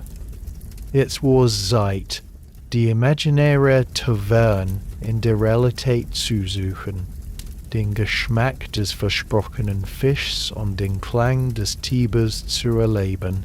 Die Entscheidung war gefallen, und mit jedem Schritt fühlte sie sich richtiger an. Der Vertrautweg zur eigenen Insel war schnell zurückgelegt. Lucius ließ seinen Schreibbeutel in der kühlen Dämmerung seiner Kammer zurück, spülte sich Gesicht und Nacken mit Wasser aus der Tonne vor und fühlte, wie die letzte Müdigkeit der Schreiberarbeit von ihm abfiel. Ein neuer Impuls bewegte ihn, als er wieder auf die Straße trat. Es schickte sich, einem Gastwirt nicht mit leeren Händen gegenüberzutreten, besonders wenn man zum ersten Mal sein Haus betrat. Es musste nichts Kostbares sein, nur eine kleine Geste des guten Willens, ein Zeichen des Respekts für die angebotene Gastfreundschaft. Seine Schritte lenkten ihn deshalb nicht direkt zur verabredeten Ecke, sondern zu einem kleinen, überdachten Marktstand, der die Kreuzung zweier Gassen, die Architektur hier in der Region näher dem Tiber war anders als in seinem eigenen Viertel. Die Inselui wirkten niedriger, aber massiver. Ihre Fassaden aus grob behauenem Tuffstein und Ziegelwerk schienen den häufigen Überschwemmungen des Flusses trotzen zu wollen. Viele Erdgeschoss waren nicht als Wohnungen, sondern als Gewerbebetrieb genutzt, mit breiten, bogenförmigen Öffnungen, die Einblick in das geschäftige Treiben im Innern gewährten. Der Geruch von Backwaren, der ihn den ganzen Tag verfolgt hatte, wurde hier fast überwältigend, eine warme, heftige Wolke, die aus einer halboffenen Tür quoll, hinter der die glutroten Backöfen, wie Höhlenmünder. Vor dem Marktstand blieb Lucius stehen. Der Verkäufer, ein älterer Mann mit einem Gesicht wie geräuchertes Leder, bot getrocknete Feigen in flachen Körben an, pralle Datteln, Nüsse und Oliven in Salzlake. Lucius wählte ein halbes Dutzend der klebrigen, dunklen Feigen, die in ihrem eigenen goldenen Syrup glänzten. Der Alte wickelte sie in ein großes Blatt eines Feigenbaums, das er geschickt zu einer kleinen Tüte formte. Die Münzen wechselten den Besitzer, eine kleine Transaktion, die dennoch das Gefühl eines beginnenden Rituals verstärkte. Die Tüte in der Hand machte er sich auf den Weg zur Tibergasse. Sein Route führte ihn durch ein Viertel, das vom Handel und Handwerk des Flusses lebte. Gleich am Anfang der Gasse passierte eine volle Nocke. Der beißende Geruch von Urnen und alkoholischer Asche, die zum Reinigen der Wolle verwendet wurden, schlug ihm entgegen. Durch den offenen Eingang sah er Männer bis zu den Knien in steinernen Bottichen stehen und mit ihren Füßen rhythmisch auf die Stoffe stampfen, während andere langen Tischen die gewalkten Tücher streckten und bürsteten. Das gleichmäßige, platschende Geräusch war ein industrieller Herzschlag. Ein paar Schritte weiter dann der Kontrast, eine Waffenschmiede. Hier wurde Duft nach Holzkohle, glühendem Eisen und heißem Öl. Der Schmied, ein Riese mit Armen wie Schiffsstauer, hämmerte auf einem Amboss, und mit jedem Schlag sprühte ein Funkenregen in die dämmerige Werkstatt, die das rot glühende Metall eines Gladius oder einer Pioneraxt, Kurs in gespenstisches Licht, taut, der Klang war scharf und bestimmend, ein autoritärer Gegenpunkt zum weichen Plätschern der Walker. Die Gasse mahndete weiter und öffnete sich unvermittelt zu einem kleinen, unregelmäßigen Platz, der um einen Tempel herum angelegt war. Es war kein großes Heiligtum für die Staatsgötter, sondern ein kleiner Schrein für eine lokale Gottheit, vielleicht den Genius Loci. Die Säulen waren aus einfachem Kalkstein, schon vom Wetter und Rauch geschwärzt. Vor dem Altar einer schlichten Steinplatte lagen ein paar welkende Blumen und die verkohlten Überreste einer kleinen Opfergabe. Die Stille hier war bemerkenswert, eine geschützte Insel inmitten des gewerblichen Lärms. Lucius verlangsamte seine Schritte für einen Moment, ein kurzer, instinktiver Respekt vor den Heiligen, das sich in das Profane drängte. Doch das Leben ließ sich nicht lange aussperren. An der nächsten Straßenecke, dort, wo der Schatten eines hohen Mietshauses eine kühle Ecke schuf, hatte sich eine kleine Gruppe Männer versammelt. Es waren keine Unruhestifter, sondern anscheinend Handwerker oder kleine Ladenbesitzer, die nach Feierabends zusammengekommen waren.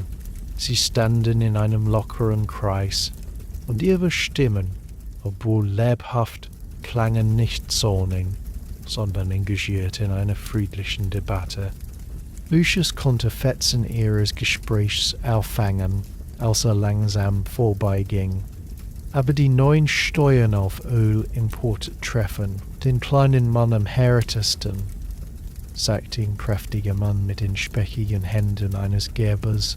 Der Senator auf dem Palatin badet weiterhin in dem Zeug, aber für meine Werkstatt Steuern sind das eine, unterbrach ein älterer, schlanker Mann mit erhaltener, vollem Dianone. Dies ist die wahre Stütze der Plebs. Solange der Kaiser des Korn aus Ägypten sich hier über das Meer bringt, wird es keinen Aufstand geben.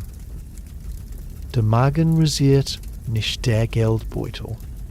Ein dritter, jüngerer Mann mit den staubigen Kleidern eines Tiegelträgers schüttelte den Kopf. Aber es nüt voller Bauch, wenn die Mieten in diesen Buden hier steigen wie das Wasser im Frühjahr. Der Vermieter meiner Anzüller hat gerade. Ihre Diskussion war konkret, erdgebunden, voller Sorgen um den Alltag. Aber sie wurde ohne Fäuste oder Drohung geführt. Es war politisches Denken in seiner grundlegendsten Form. Der Austausch von Beschwerden und Meinungen unter Bürgern, die das Gewicht der Verwaltung direkt auf ihren Schultern spürten. Lucius ging weiter, ein leichtes Lächeln auf den Lippen. Dies war das andere Rom, nicht das der Reden auf dem Forum, sondern das der Straßenecken, wo die Politik aus der Perspektive des Geruchs von Leder, den Preis für Brot und der Höhe der Miete diskutiert wurde. Es war eine beruhigende Ordnung des Alltags. Der Geruch von Backwaren vermischte sich nun mit anderen, vielversprechenden Düften, dem Rauch von Holzkohlegrills, dem aromatischen Duft von Kräutern wie Majoren und Thymian und einer salzigen, feuchten Note, die unverkennbar vom Fluss herüberwehte. Die Feingentüte in seiner Hand fühlte sich warm. Hatte nicht viel auszugeben, aber diese kleine Gabe schien genau richtig. Sie war süß, einfach und sprach von der Fruchtbarkeit des Landes, ein passendes Geschenk für einen Ort der Gastfreundschaft anbot. Die Verbreitheit war non Insekt, ein unscheinbarer Punkt, an dem sein gewohnte Welt auf das unbekannte Terrain in Richtung Tiber traf. Seine Schritte wurden zielstrebiger, die Neugier überwog nun die anfängliche Skepsis. Die Geräusche der Werkstätten und die Fragmente der politischen Debatte verblassten hinter ihm, ersetzt durch das wachsende, tiefe Rauschen des Wassers und die lockende Vorstellung von Freundschaft, die in der kühlen Dämmerung einer neuen Taverne auf ihn wartete. Der letzte Abschnitt der Gasse fiel sanft ab, als würde die Stadt sich dem Flussbett hingeben, und mit jedem Schritt wurde das tiefe, konstante Rauschen mächtiger.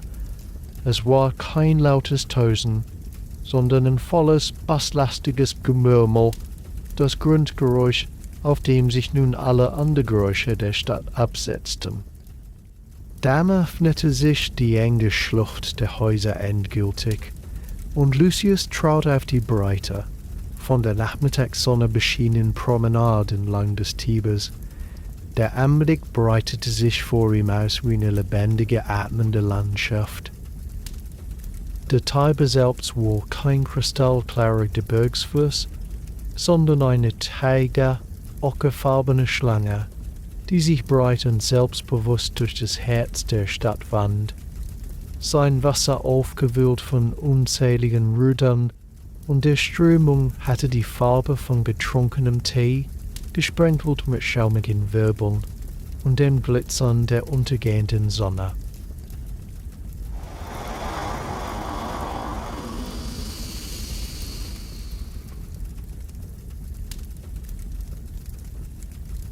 Die Oberfläche war ein Mosaik aus unterschiedlichen Texturen, hier glatt und spiegelnd, dort gekräuselt von einem plötzlichen Windstoß oder dem Kiel eines Bootes. Der Geruch war unverkennbar, eine feuchte, erdige Mischung aus Schlamm, verwässerndem Pflanzenmaterial und dem salzigen Hauch von Meeresnähe. Denn hier Flüsse Berz lag bereits Ostia und das offene Meer. Die Uferpromenade war ein Schauplatz unermüdlicher Aktivität. Direkt vor Lucius Ragen die hölzernen Stage und Kais in das trübe Wasser, beladen mit Fracht und bewogen von geschäftigen Gestalten, breitbauchiger, last keine Naves-Codicarrier, lagen verteut, ihre Flaschenböden perfekt für den Transport von Marmorblacken, Ziegeln und Getreidesäcken flussaufwärts.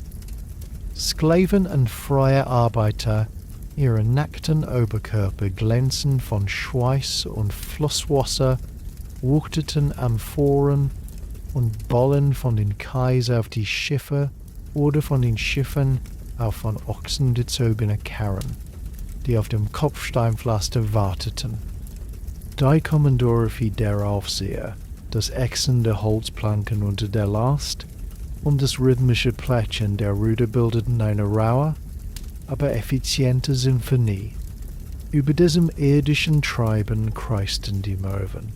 Ihre schrillen, gellenden Rufe schnitten durch das tiefe Brummen der Arbeit. Sie waren weiß und grau mit gelben Schnäbel, elegante Segler in der thermischen Brise über dem warmen Wasser. Einige stürzten sich plötzlich kopfüber in die Strömung, um einen Fisch oder einen weggeworfenen Abfall zu schnappen. Andere saßen regungslos auf den Mastspitzen der Boote oder auf den steinernen Pfeilern der nahen Brücke, die Ponce Emilius, deren massiver Bogen sich in der Ferne über den Fluss spannte. Ihr ungezügelter, wilder Geist bildete einen seltsamen Kontrast zur geordneten Mühsal der Menschen unten. Lucius blieb einen Moment stehen, ließ den Anblick und die Geräusche auf sich wirken. Hier war die Lebenszeit Roms in ihrer ganzen rohen, produktiven Pracht zu sehen. All der Reichtum der Welt, Weizen aus Ägypten, Öl aus Hispanien, Gewürze aus dem Osten musste diese braunen Wasser passieren. Die Insula, das Skriptorium, selbst das Forum erschienen von hier aus wie abstrakte Konzepte, während hier die physische Substanz der Zivilisation bewegt und umgeschlagen wurde. Er suchte mit den Augen die verabredete Stelle ab, einen bestimmten Brunnen mit einer verwitterten Sternfigur des Flussgotts Tiberinus, den Marcus erwähnt hatte. Ich dachte schon, du hättest dich in einer der Gabereien verirrt und wärst zu Leder gegabt worden. Die vertraute, fröhliche Stimme kam von einer steinernen Bank in einem schattigen Winkel nahe dem Brunnen. Marcus saß dort entspannt zurückgelehnt, eine Tüte mit Nüssen in der Hand. Sein Gesicht war weniger stoppig als am Mittag, aber immer noch von der Hitze gerötet. Er winkte Lucius heran. Die Gerbereien riechen besser als dieser Fluss. An manchen Tagen, erwiderte Lucius und setzte sich neben ihn. Die Steinbank war kühl durch den Schatten eines großen Lagerhauses. Aber du hast recht, es ist ein beeindruckender Anblick. Beeindruckend und laut. sagte Marcus und knackte eine Nuss zwischen den Fingern. Mein Morgen war da wesentlich feierlicher. Ich musste eine Lieferung für einen Klienten meines Senators auf dem Forum abgeben. Dort herrscht eine ganz andere Art von Geschäft. Er warf eine Nusshälfte in den Mund und kaute nachdenklich. Weißt, dort reden alle, als ob ihre Worte die Welt schufen. Anwälte brüllen ihre Plädoyers, Geldverleihherr flüstern ihre Zinsen, Priester murmeln ihre Gebete. Und in der Mitte steht Designer Senator, Publius Calvus, dick wie ein gesottener Schinken und mit einer Perücke, die aussieht, als habe ein verängstigtes Schaf auf seinem Kopfschutz gesucht. Er hielt eine Rede über die Tugend der Sparsamkeit, in einer Tunike, die mit genug Purpurstreifen bezahlt wurde, um ein ganzes Viertel wie unseres ein Jahr lang mit Brot zu versorgen, war unübertroffen. Und was hat der tugendhafte Senator gesagt? Ach, das Übliche. Die Jugend sei verweichlicht, die alten Sitten verfielen, Rom braucht eine Rückkehr zur strengen Disziplin der Vorfahren. Alles, während sein persönlicher Sklave ihm mit einem Fächer aus Pauenfäden Luft zufächelte und ein anderer ihm ständig einen Becher mit gekühltem Wein reichte. Die eine war so dick, man hätte sie mit einem Schwert schneiden können. Marcus schüttelte den Kopf, mehr amüsiert als empört. Es ist eine eigene Kunst, so viel Heuchelei mit so feierlicher Miene vorzutragen. Ich bewundere es fast. Sie schwiegen einen Moment, beobachteten, wie ein Lastkahn langsam an ihnen vorbeitrieb, gestärkt von zwei Männern mit langen Stangen, die gegen den schlammigen Grund rückten. Die einfache, körperliche Anstrengung bildete einen stillen Kommentar zu Marcus' Geschichte von der rhetorischen Anstrengung auf dem Vormund. Und bei dir zu Hause? Fragte Marcus, das Gespräch in vertrautere Bahnen lenkend. Wie geht es deiner Schwester und den Kindern? Lucius seufzte und sanfte, nicht unglücklicher Laut. Marcella played wieder das Reimer im Klei. Der Heiler hat ihr eine Salbe aus Beinwoll und Gänsefett verschrieben, die schrecklich stinkt, aber sie schwört darauf. Der Junge, Lucius meiner, will unbedingt zum Militär, sobald alt genug ist. Träumt von Feldzügen in Britannien. Sein Mutter ist entsetzt. Marcus nickte verständnisvoll. Mein Bruder, der Töpfer, hat Ähnliches. Sein Ältester will nix von der Werkstatt wissen, will Dichter werden. Schreibt Vers über Wein und unerreichbare Frauen, die sich reimen wie ein hinkender Esel. Meine Schwägerin weint, mein Bruder brüllt, und der Junge verbarrikadiert sich mit seinem Wachstäfelchen. Er zuckte mit den Schultern. Kinder, sie sind dazu da, ein verrückt zu machen und ein daran zu erinnern, dass man selbst einmal jung und dumm war.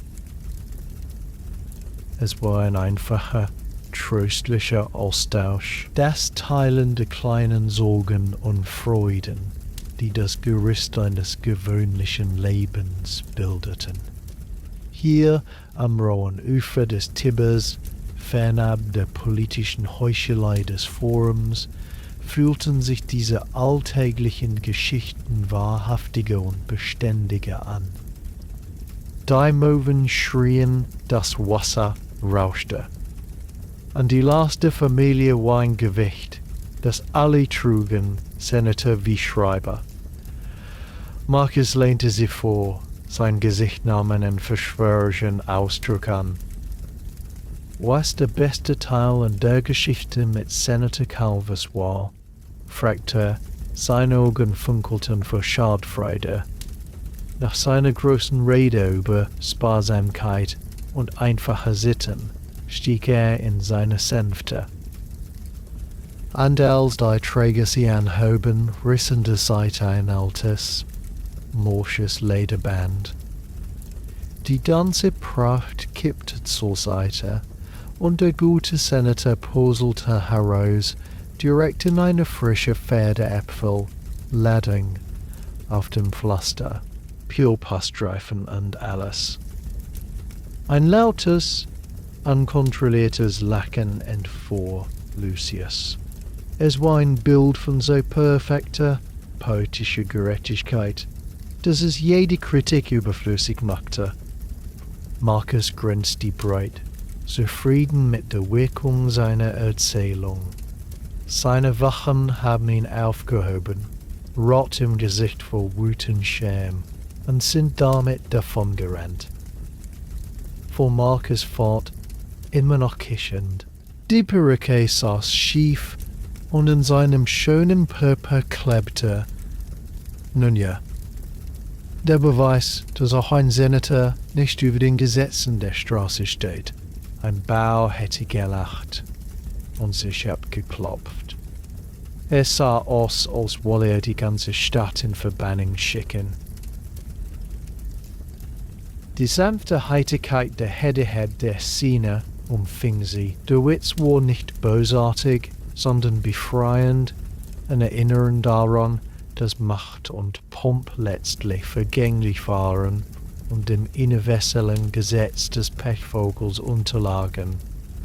Hier, am Fluss, wo die Arbeit hart und der Schmutz real war, wirkte der Sturs des Senators wie eine natürliche Korrektur der Ordnung.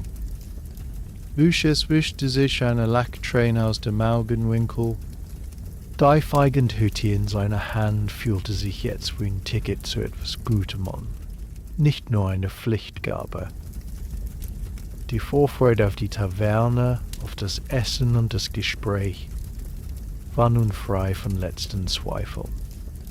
Sie war gewürzt mit der geteilten Freude über eine alberne Geschichte und dem stillen Einverständnis, dass das wahre Leben nicht auf dem Forum mit seinen Reden stattfand, sondern hier am Fluss, auf steinernen Bänken, im Austausch von Familiengeschichten und im gemeinsamen Lachen über die Torheit der Mächtigen. Das Rauschen des Tibers schien ihr Gelächter zu verschlucken und in seinen ewigen Strom zu tragen, während sie sich erhoben, um das Schild mit dem grünen Zweig zu suchen. Der Weg von der Promenade weg in das Gewirr der Gassen unmittelbar hinter dem Pai war nur kurz, aber der Übergang war deutlich. Das Tiefrauschen des Flusses zog sich zu einem gedämpften Hintergrundrauschen zurück, und die salzige Luft vermischte sich mit den erdigeren Düften des Viertels. Marcus führte sie mit der sicheren Orientierung des Mannes, der seinen Weg schon einmal erkundet hatte. Die Abendsonne warf lange, verzerrte Schatten über das Pflaster, und das Licht hatte jene warme, honigfarbene Qualität angenommen, die den römischen Sommerabenden vorausging. Zwischen der schmucklosen, verputzten Fassade eines Getreidespeichers und der offenen Werkstatt eines Seilmaschers hinein schild. Es war aus einem grob behauenen Stück Kiefernholz, heller als die umgebenden dunklen Wände, und reiverdiem gemalt. Darunter in geschwungener Linie war der namensgebende grüne Zweig selbst dargestellt, ein frischer Olivenzweig mit einigen stilisierten Blättern. Das Schild hing an 2 Eisenketten und bewegte sich kaum in der stillen Abendluft. Unter ihm direkt auf dem Bürgersteig aus großen Steinplatten stand eine einfache Holzbank, deren Sitzfläche von unzähligen Hosenböden blank gescheuert war. Die Front der Taverne war, wie Marcus es vorhergesagt hatte, weit geöffnet. Es gab keine Tür, nur einen breiten, bogenförmigen Durchgang, der von schweren, grob gewebten Wollvorhängen in einen stumpfen Ockerton flankiert wurde. Diese waren zur Seite gebunden, um Luft und Licht einzulassen. Von innen drang ein gedämpftes Stimmengewirr, das Klappen von Geschirr und das gelegentliche Aufschlagen eines Holzbechers auf eine Tischplatte. Vor dem Eingang standen ein paar Männer in lockerer Gruppe, zwei davon in der schlichten, kurzärmeligen Tunike von Hafenarbeitern, ein dritter, älterer Mann mit den schwieligen Händen und dem staubigen Umhang eines Tiegelstreichers. Sie teilten sich einen Krug, aus dem sie abwechselnd tranken, und ihr Gespräch klang ruhig, erschöpft vom Tag. Lucius folgte Marcus durch den offenen Bogen, und sofort umfing ihn die Atmosphäre des Raumes. Der erste Eindruck wurde Geruch. Es war eine dicht, komplexe Mischung, die ihm nicht abstoßend, sondern erstaunlich einladend vorkam. Dominierend wurde würziger, harziger Rauch von brennendem Holz, der von einem offenen Kamin in der hinteren Wand ausging. Darunter lag der süßere, honigartige Hauch von Mulsum. Diese wurden durchbrochen von dem erdigen, nahrhaften Arom von gekochten Linsen oder Bohnen, das mit einer Note von Knoblauch, Zwiebeln und einem Hauch von Kümmel gewürzt war. Und darüber schwebte noch etwas Frisches, vielleicht Petersilie oder Dill, und der fettige, verlockende Geruch von Erdwürde. Es roch nach einem Ort, an dem echte Mahlzeiten zubereitet wurden, nicht nur nach aufgewärmtem Eintopf. Das Licht im Inneren war gedämpft und golden. Die hohen, schmalen Fenster an den Seitenwänden ließen nur wenig von der tiefstehenden Sonne herein, und so wurde der Raum hauptsächlich von den Flammen im Kamin und ein paar Öllampen erhellt, die in Nischen in den Wänden hingen. Ihr flackerndes Licht warf tanzende Schatten auf die Wände und ließ die Gesichter der Gäste in warmen, weichen Konturen erscheinen. Der Rauch des Feuers zog langsam zur Decke, wo er sich in den dunklen Balken des Dachstuhls verfing. Die Kundschaft war, wie erwartet, gemischt. Nahe dem Eingang saß eine Gruppe von 3 Männern mit den wettergegebeten Gesichtern und der praktischen Kleidung von Matrosen.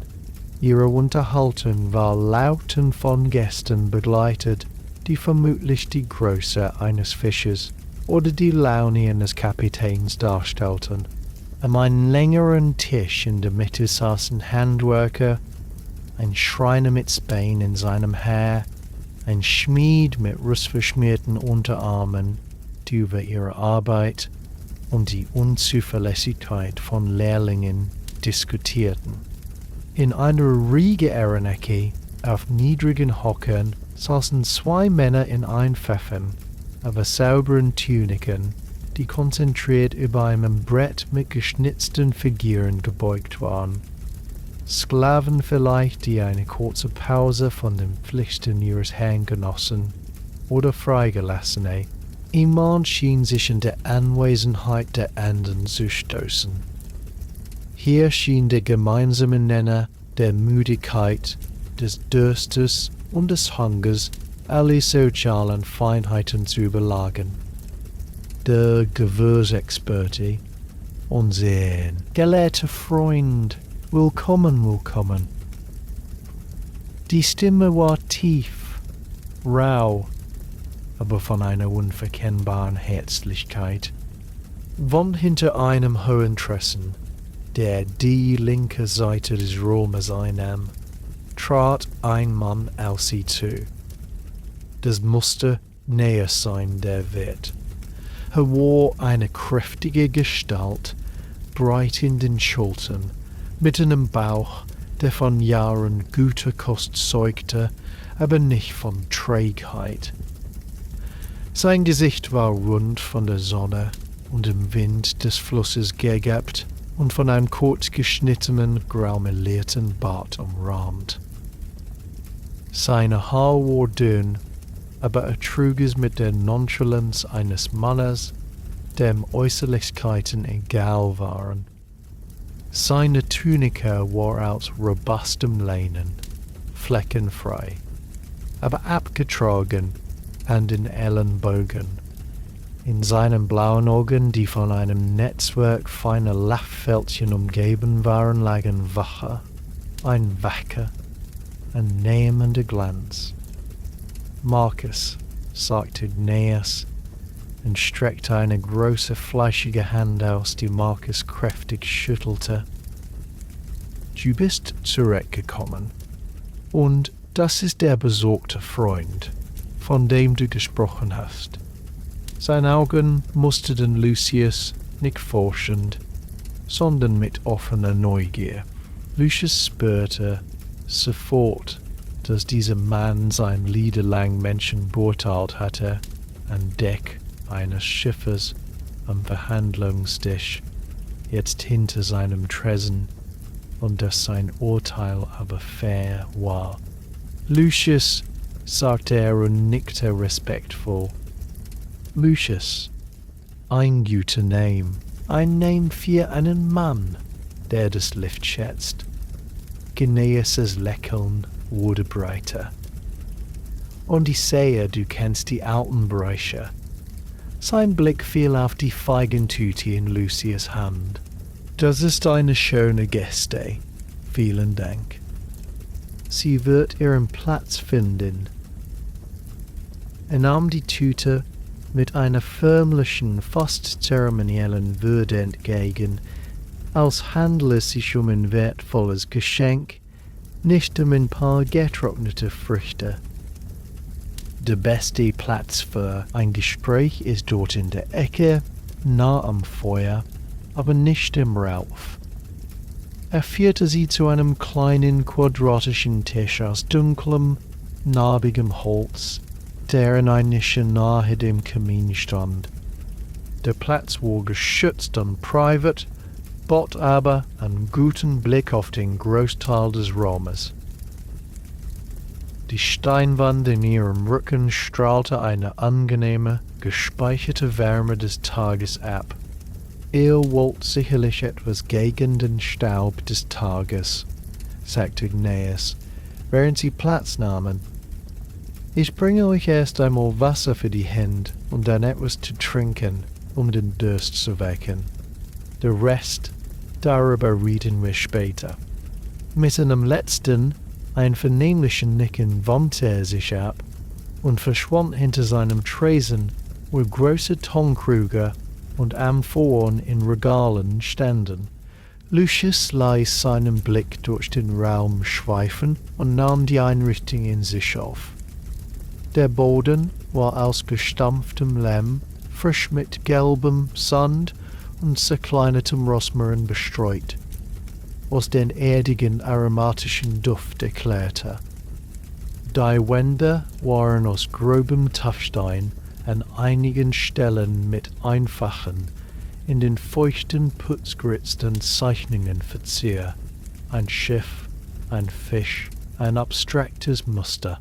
Über dem Kamin, in bronzener Glücksphallus, blank poliert vom Rauch und dem Blicken, es war kein reicher Ort, aber er war gepflegt, mit einem Sinn für Ordnung und Stolz. Dies gedämpfte Licht, das Gemurmel der Stimmen, das Knistern des Feuers und die komplexe, enthüllende Geruchsmischung schufen eine Atmosphäre, die zugänglich und doch zutiefst beruhigend war. Dies war kein Ort für Eile oder Protz. Dies war ein Ort zum Verweilen, zum Atmen, zum Teilen.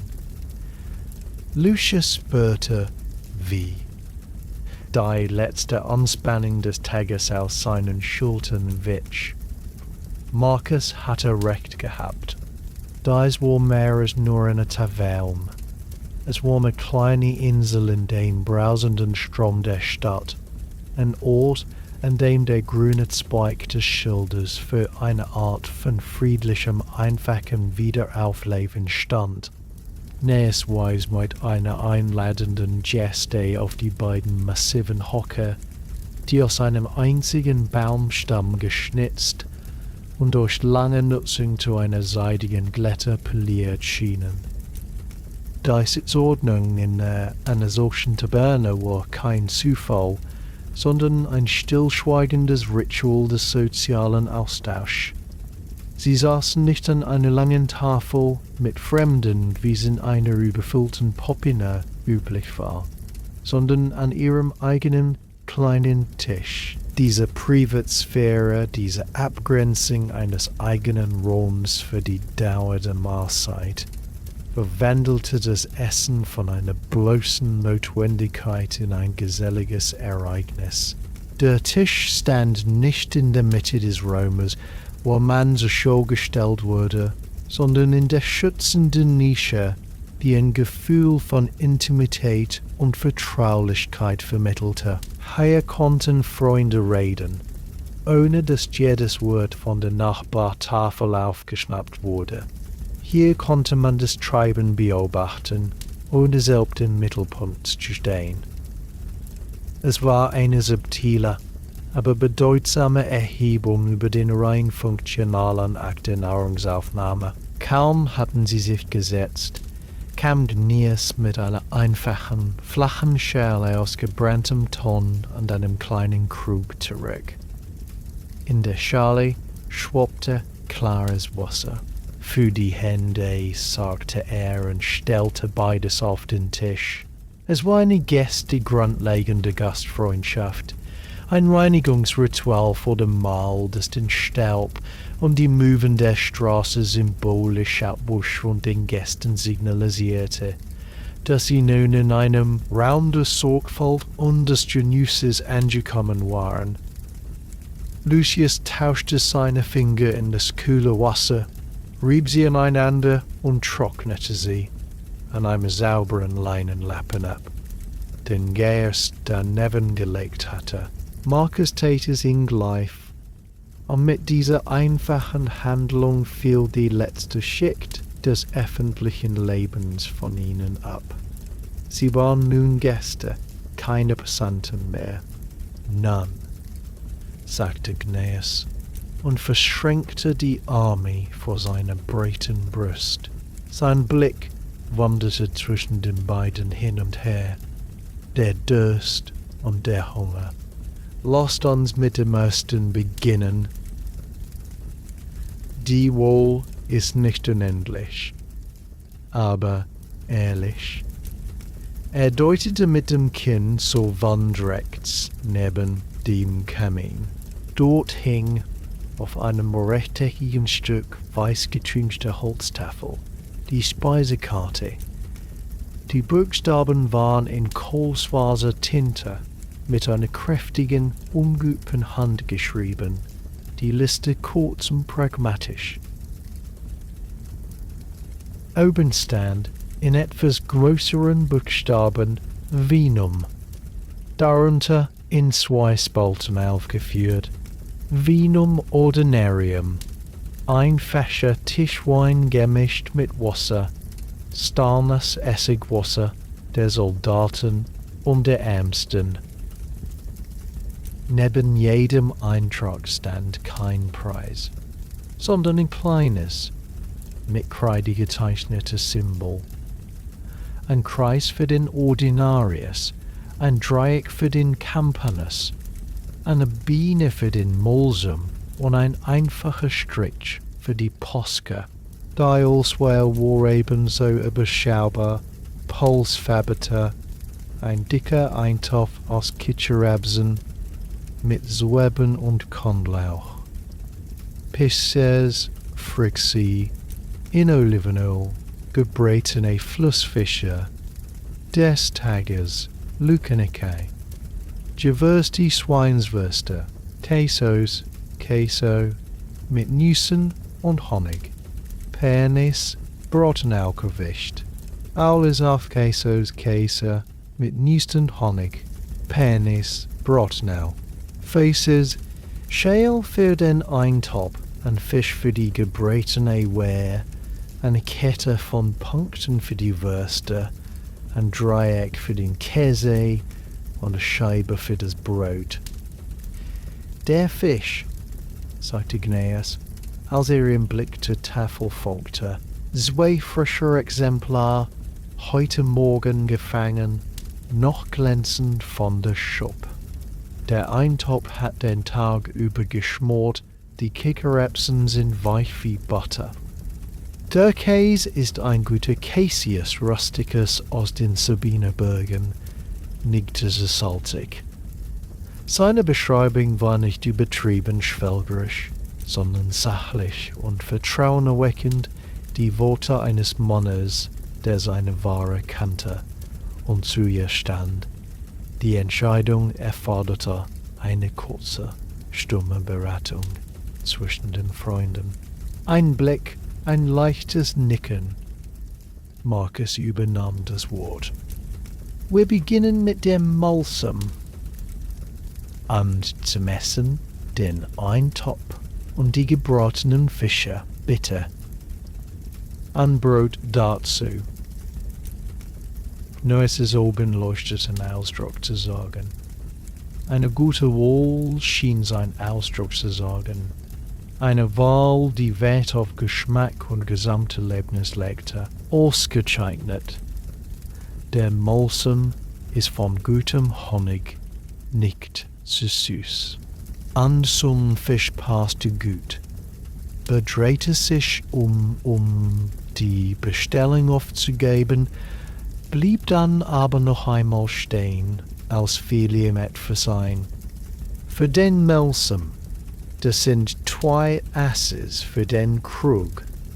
Der Eintopf 3 Asses pro Schüssel. Der Fisch wäre times 4 beide. Das Brot ein Ass für ein halbes Pfund. Er zählte die Summe im Kopf zusammen. Das macht 10 Asses für alles. Oder, wenn ihr es vorsieht, ein Denarius minus 2 Asses. Er sagte mit den Schultern, als sei die Umrechnung der kleinen Bronzemünzen in das wertvollere Silberstück eine lästige, aber notwendige Formalität. Die Preis waren nicht unverschämt, aber sie lagen deutlich über dem, was in der Popine des Severus zahlte. Ein kurzer mentaler Abgleich, ein einfaches Mahl mit ordinärem Wein dort kostete vielleicht 4 oder 5 Asses. Hier wurde es mehr als das Doppelte. Doch dann sah er sich im Raum um, roch die Düfte, spürte die warme, aufgenommene Atmosphäre. Dies war kein Ort des schnellen Hinentastens. Dies war ein Ort, an dem man für das Ritual die Qualität und die Muße bezahlte. Marcus, der seinen flüchtigen Zweifel bemerkt haben mochte, nickte fast unmerklich zu. Es ist es wert, sagte diese Gäste. Lucius' Verwirrung löste sich in Zustimmung auf. Er nickte Maius zu. Einverstanden. Ein breites, zufriedenes Lächeln breitete sich auf dem Gesicht des Wirtes aus. Das Geschäft war besiegelt, aber mehr als das. Sie erkannten den Wert seiner Ware an und er erkannte ihre Bereitschaft an, für mehr als nur den bloßen Inhalt der Schüssel zu zahlen. Gut, es wird nicht lange dauern. Mit diesen Worten verschwand er endgültig hinter seinem Tresen, wo die Geräusche des Schöpfens, des Klappens von Geschirr und das Zischen von etwas, das in heißem Öl gebraten wurde, bald begann. Lucius lehnte sich auf seinem Hocker zurück, die Hände auf den warmen Holzplatten des Tisches. Die Bestellung war aufgegeben, ein kleiner Pakt geschlossen. Der Abend nahm eine konkrete Form an. Zuerst der süße Wein, dann der nahrhafte Eintopf und der frische Fisch. Die Symbole auf der Tafel verwandelten sich in erwartete Geschmäcker und Gerüche. Die leichte Verwirrung über den Preis war verflogen, ersetzt durch das angenehme Gefühl, eine bewusste Entscheidung getroffen zu haben. Sie hatten nicht einfach nur Essen bestellt. Sie hatten eine Abfolge von Genüssen gewählt, einen kleinen, geplanten Luxus für den Abend. Das Ritual hatte begonnen, und sie waren nun aktiv darin eingebunden, nicht mehr nur passiv beobachtet. Das Worten selbst wurde zu einem Teil des Vergnügens, erfüllt von der Vorfreude auf das, was kommen würde, und dem gedämpften Gemurmel des Raumes um sie herum, der nun ihr Raum geworden war. Mit der getroffenen Wahl und dem vereinbarten Preis trat eine neue Phase der Erwartung ein. Das Warten war kein leerer Zeitraum, sondern eine Gelegenheit, sich in der Atmosphäre der Taverne einzurichten und das kleine Universum um sie herum zu beobachten. Lucius ließ seinen Blick durch den gedämpft erleuchteten Raum schweifen, der nun mit der fortschreitenden Abenddämmerung noch intimer wirkte. Das Flackern der Öllampen warf weiche, tanzende Muster auf die groben Wände und das Feuer im Kamin knisterte tröstlich, während Grace und eine Magda hinter den Tresen hantierten. In der entgegen gesetzten Ecke zum Kamin, in einem Winkel, der nur spärlich von einer einzelnen Lampe erhellt wurde, hatte sich eine Gruppe von 4 Männern niedergelassen. Niedergelassen, hölzerne Würfelbecher und ein paar kleine Bronzemünzen lagen. Ihre Konzentration war absolut. Einer von ihnen, ein junger Bursche mit den kräftigen Armen eines Schmieds, schüttelte die Becher mit übertriebener, ritueller Wucht, das Klappern der Knöchelknochen, der in ein schnelles, trockenes Geräusch. Dann schlug er ihn mit einem dramatischen Schwung auf den Tisch. Alle Augen waren auf die Öffnung gerichtet, als er den Becher langsam hob. Ein kurzes Aufstöhnen, ein triumphierendes Grunzen. Münzen wanderten über das Holz. Es war kein lautes, aufgeregtes Spiel, sondern eine ernsthafte, fast andächtige Beschäftigung, Ritual des Zufalls und der kleinen Einsätze, das den Abend für diese Männer strukturierte. Ihre Gesichter im Halbdunkel waren maskenhaft vor Konzentration. Eine stille Pantomime von Hoffnung und Enttäuschung. Näher am Eingang, an Einsaltisch, saß ein einsamer Gast. Er war mittleren Alters, trug eine schlichte, aber gut geschnittene Tunika und hatte das schmale, nachdenkliche Gesicht eines Lehrers oder kleinen Beamten. Vor sich auf dem Tisch hatte er nicht Speise oder Trank, sondern eine kleine, rechteckige Wachstafel deren beide Holzdeckel aufgeklappt waren. In der rechten Hand hielt einen spitzen Stylus. Sein Blick war auf die weiche, braun Wachsoberfläche gerichtet, in die mit Präzisen, kleinen Bewegungen Zeichen ritzte. Gelegentlich hielt in, drehte den Stylus und glättete mit dem flachen Ende einen Fehler oder ein überdachtes Wort. Schrieb nicht hastig, sondern mit bedächtiger Sorgfalt, als würde einen Brief an einen wichtigen Freund verfassen oder eine Abrechnung führen, die keine Ungenauigkeit duldete. Die Welt der Loten Taverne schien für ihn nicht zu existieren. War in die stille Welt der eigenen Gedanken und Worte eingetaucht, ein Insel der Konzentration inmitten des geselligen Lärms. Marcus folgte Lucius' Blick und nickte leicht in Schreibers. »Siehst du«, sagte seine Stimme war jetzt leiser, dem vertraulichen Ton der Nische angepasst. Das ist der Unterschied. In einer griechischen Kapelle, in der ich einmal in Neapolis war, wäre dieser Mann wahrscheinlich der lauteste gewesen.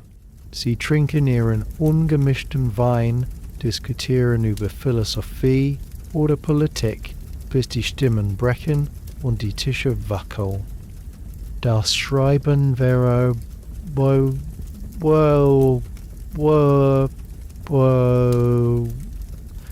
ein Grund von der Debatte einen Moment nach.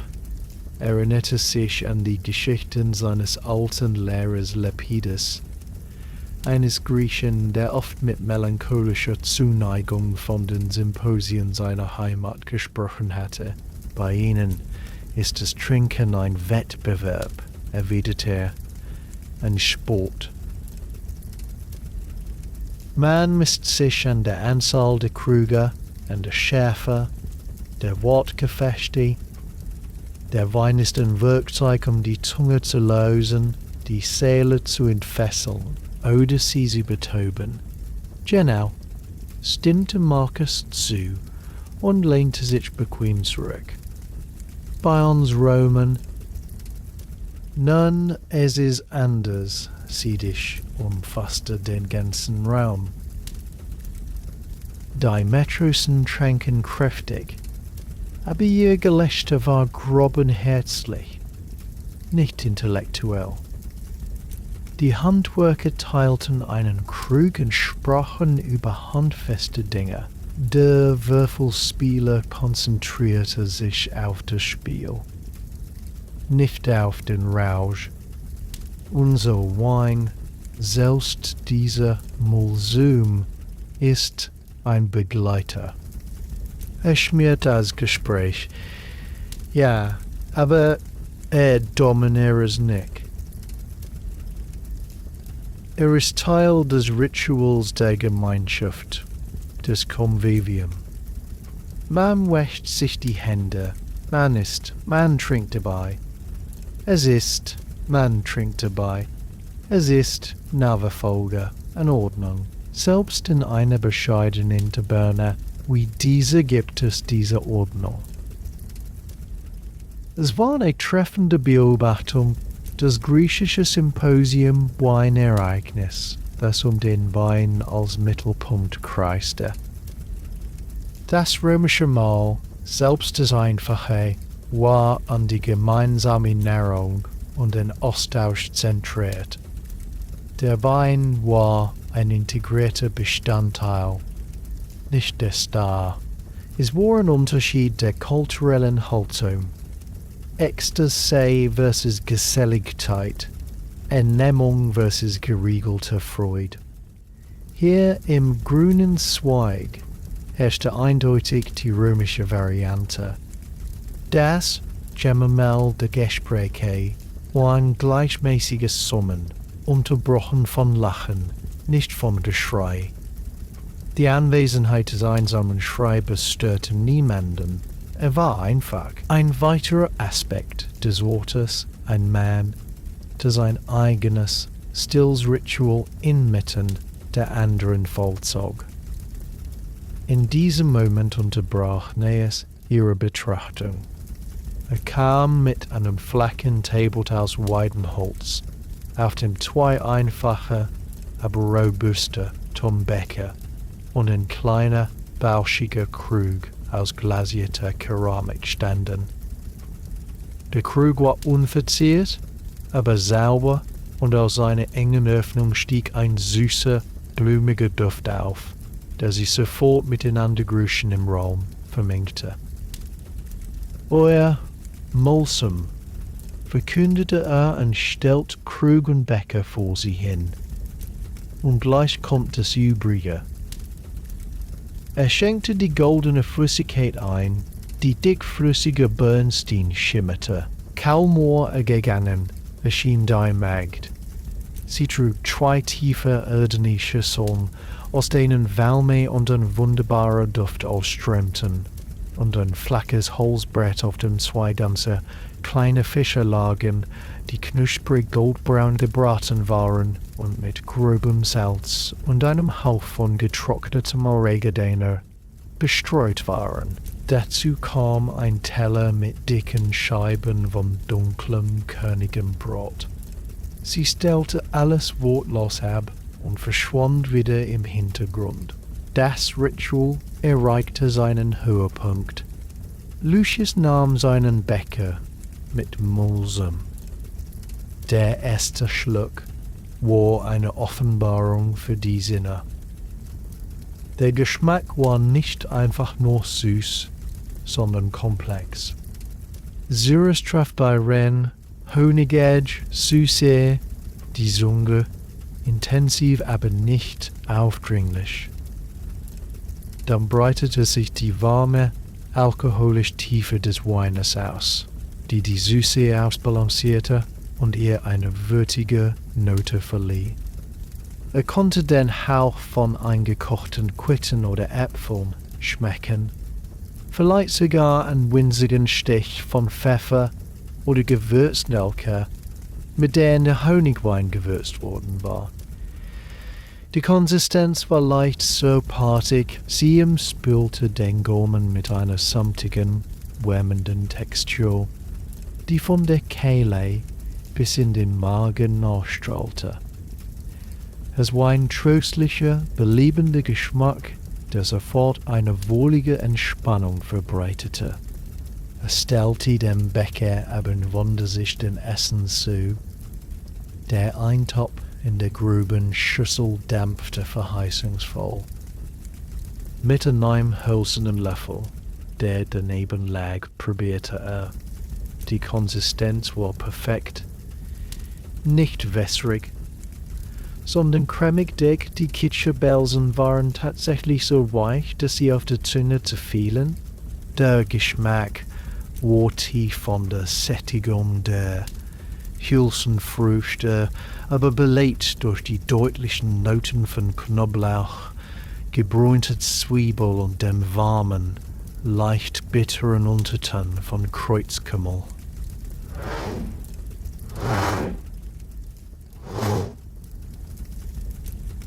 Eine leichte Säure, vielleicht von einem Schuss Essig oder einer zerdrückten Traube, schnitt durch die Reichhaltigkeit und machte jeden Biss vollkommen. Die Temperatur war ideal heiß genug, um die Aromen freizusetzen, aber nicht so heiß, dass sie die Zunge verbrannte. Neben ihm nahm Marcus ein der Fische. Das knusprige Geräusch, als er mit der Fingerspitze die Haut berührte, war verheißungsvoll. Er brach ein Stück des weißen, dampfenden Fleisches heraus. Lucius folgte seinem Beispiel. Der Geschmack des Flussbarsches war feiner als der des Eintopfs, aber nicht weniger befriedigend. Das Fleisch war fest und blättrig, saftig im Inneren, mit einer salzigen, kräuterigen Kruste, die einen angenehmen Kontrast bot. Der Geschmack des Flusses selbst war kaum wahrnehmbar, nur eine frische, saubere Note, die von der hohen Qualität und der frischen Zubereitung zeugte. Das Olivenöl, in dem er gebraten worden war, hinterließ einen fruchtigen, nussigen Nachgeschmack. Sie tauchten Brotstücke in den Eintopf, bissen in den Fisch, tranken abwechselnd von dem süßen Wein. Jede Sinn war engagiert. Der Geschmack, der Geruch, das Gefühl der warmen Schüssel in den Händen, das Knacken der Brotrinde, das visuelle Fest der goldenen Farbe des Mulsen im trüben Becher, es war eine beruhigende, sinnliche Erfahrung. Die einfache, aber sorgfältig zubereitete Nahrung stillte nicht nur den Hunger, sondern nährte auch ein Gefühl des Wohlbefindens und der Verbundenheit. Das Gespräch über griechische und römische Sitten verstummte, überflüssig geworden, angesichts der unmittelbaren gemeinsamen Freude an dem, was vor ihnen lag. Das Ritual der Bestellung war abgeschlossen und hatte sich nahtlos in das Ritual des Genießens verwandelt. In der warmen, duftenden Nische, mit dem gedämpften Gemurmel der Taverne als Kulisse und dem gelegentlichen Würfelklappern als rhythmischem Kontrapunkt, gab es nur diesen Moment, den Geschmack von Honig und Kichererbsen, die Wärme des Weins im Bauch, die stille Kameradschaft mit einem Freund. Die Welt draußen, mit ihrer Hitze, ihrem Staub und ihren Pflichten, war für diese kostbare Stunde weit weg. Der erste dringendste Hunger war gestillt, und das Tempo der Mahlzeit verlangsamte sich zu einem möglichen genussvollen Deckenfließen. Der Mulsam hat die sehr wärmende, entspannende Wirkung entfaltet, und der köstliche Eintopf sowie der knusprige Fisch lagen als zufriedenes Gewicht im Magen. Jetzt, in dieser Phase der Sättigung und des Wohlbefindens, öffnete sich der Raum für etwas anderes, das ebenso nährend war, den Austausch von Geschichten. Das gemeinsame Mahl hatte sie physisch verbunden. Nun würde die Unterhaltung die Bande der Freundschaft und der flüchtigen Kameradschaft mit Fremden festigen. Marcus wischte sich mit dem Handrücken über den Mund, ein Zeichen der Zufriedenheit, und lehnte sich auf seinem Hocker zurück, den halb geleerten Becher in der Hand. Weißt du, begann er, und seine Stimme hatte den ruhigen, erzählerischen Tonfall angenommen, den er für besondere Anekdoten reservierte. Dieser Fisch hier, so frisch er auch ist, erinnert mich an eine Reise. Vor ein paar Jahren, als der Handel mit Pompeji noch blühte, bevor der Berg sein Gesicht zeigte, musste ich dorthin, um eine Lieferung von Garum zu begleiten. Diese Fischsoße, die sie dort in riesigen Bottischen fermentieren. Der Geruch in der ganzen Stadt, ein Gemisch aus Salz, vergorenem Fisch und Sonne, das in der Nase brannte wie Essig. Marcus' Reisen für seinen Gewürzhändler waren eine stete Quelle für Geschichten, Fenster in eine Welt, die über die Grenzen Roms hinausreichte. Nun fuhr Marcus fort. Seine Augen glänzten im Feuerschein, die Arbeit war erledigt, die Amphoren versiegelt und verladen. Er hatte einen freien Abend. Also beschloss ich, das zu tun, was jeder Reisende tut, die Tavernen der Stadt zu erkunden. Und Pompeji, das kann ich dir sagen, war voll davon. Nicht bescheidene Tavernen wie diese hier, sondern oft prächtige Popene mit ganzen Wandgemälden hinter dem Tresen. Szenen von Nymphen und Satyren, die über einem Säcken während du deinen Wein trinkst. In einer, ich glaube, sie hieß zum vereinigten Ehepaar, gab es sogar den Mosaik auf dem Boden, das einer riesigen Hummer zeigte, der direkt auf dich zukroch, während du auf deinem Hocker saßest. Sie hatten diese marmornen Tresen in die tiefe, runde Löcher für die Vorratsgefäße eingelassen. Warren.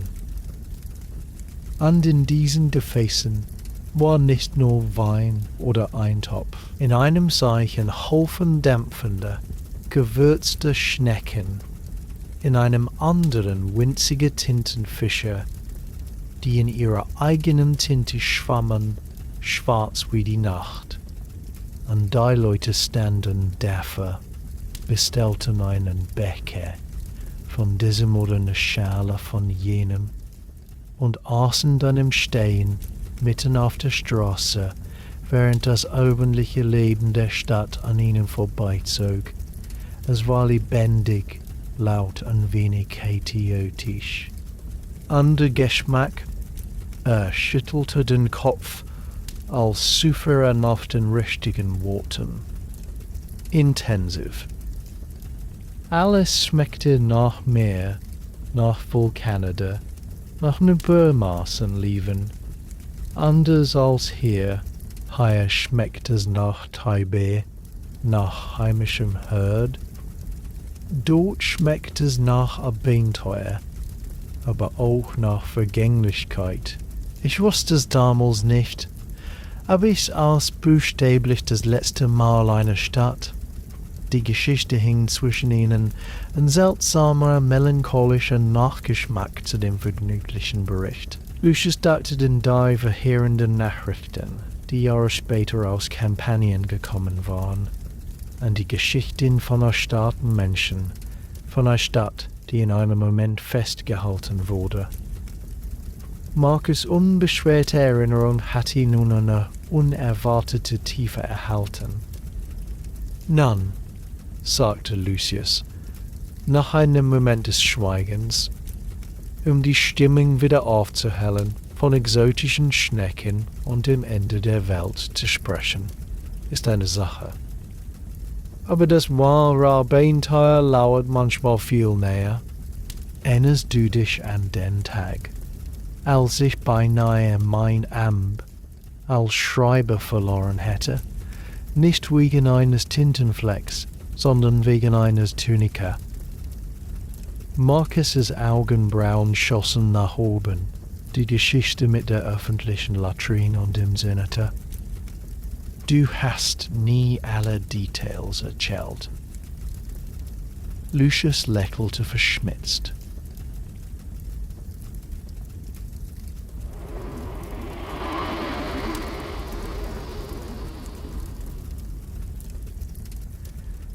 Ich hatte dringende Geschäfte auf dem Forum zu erledigen, eine Urkunde für ein Anwalt abzuliefern.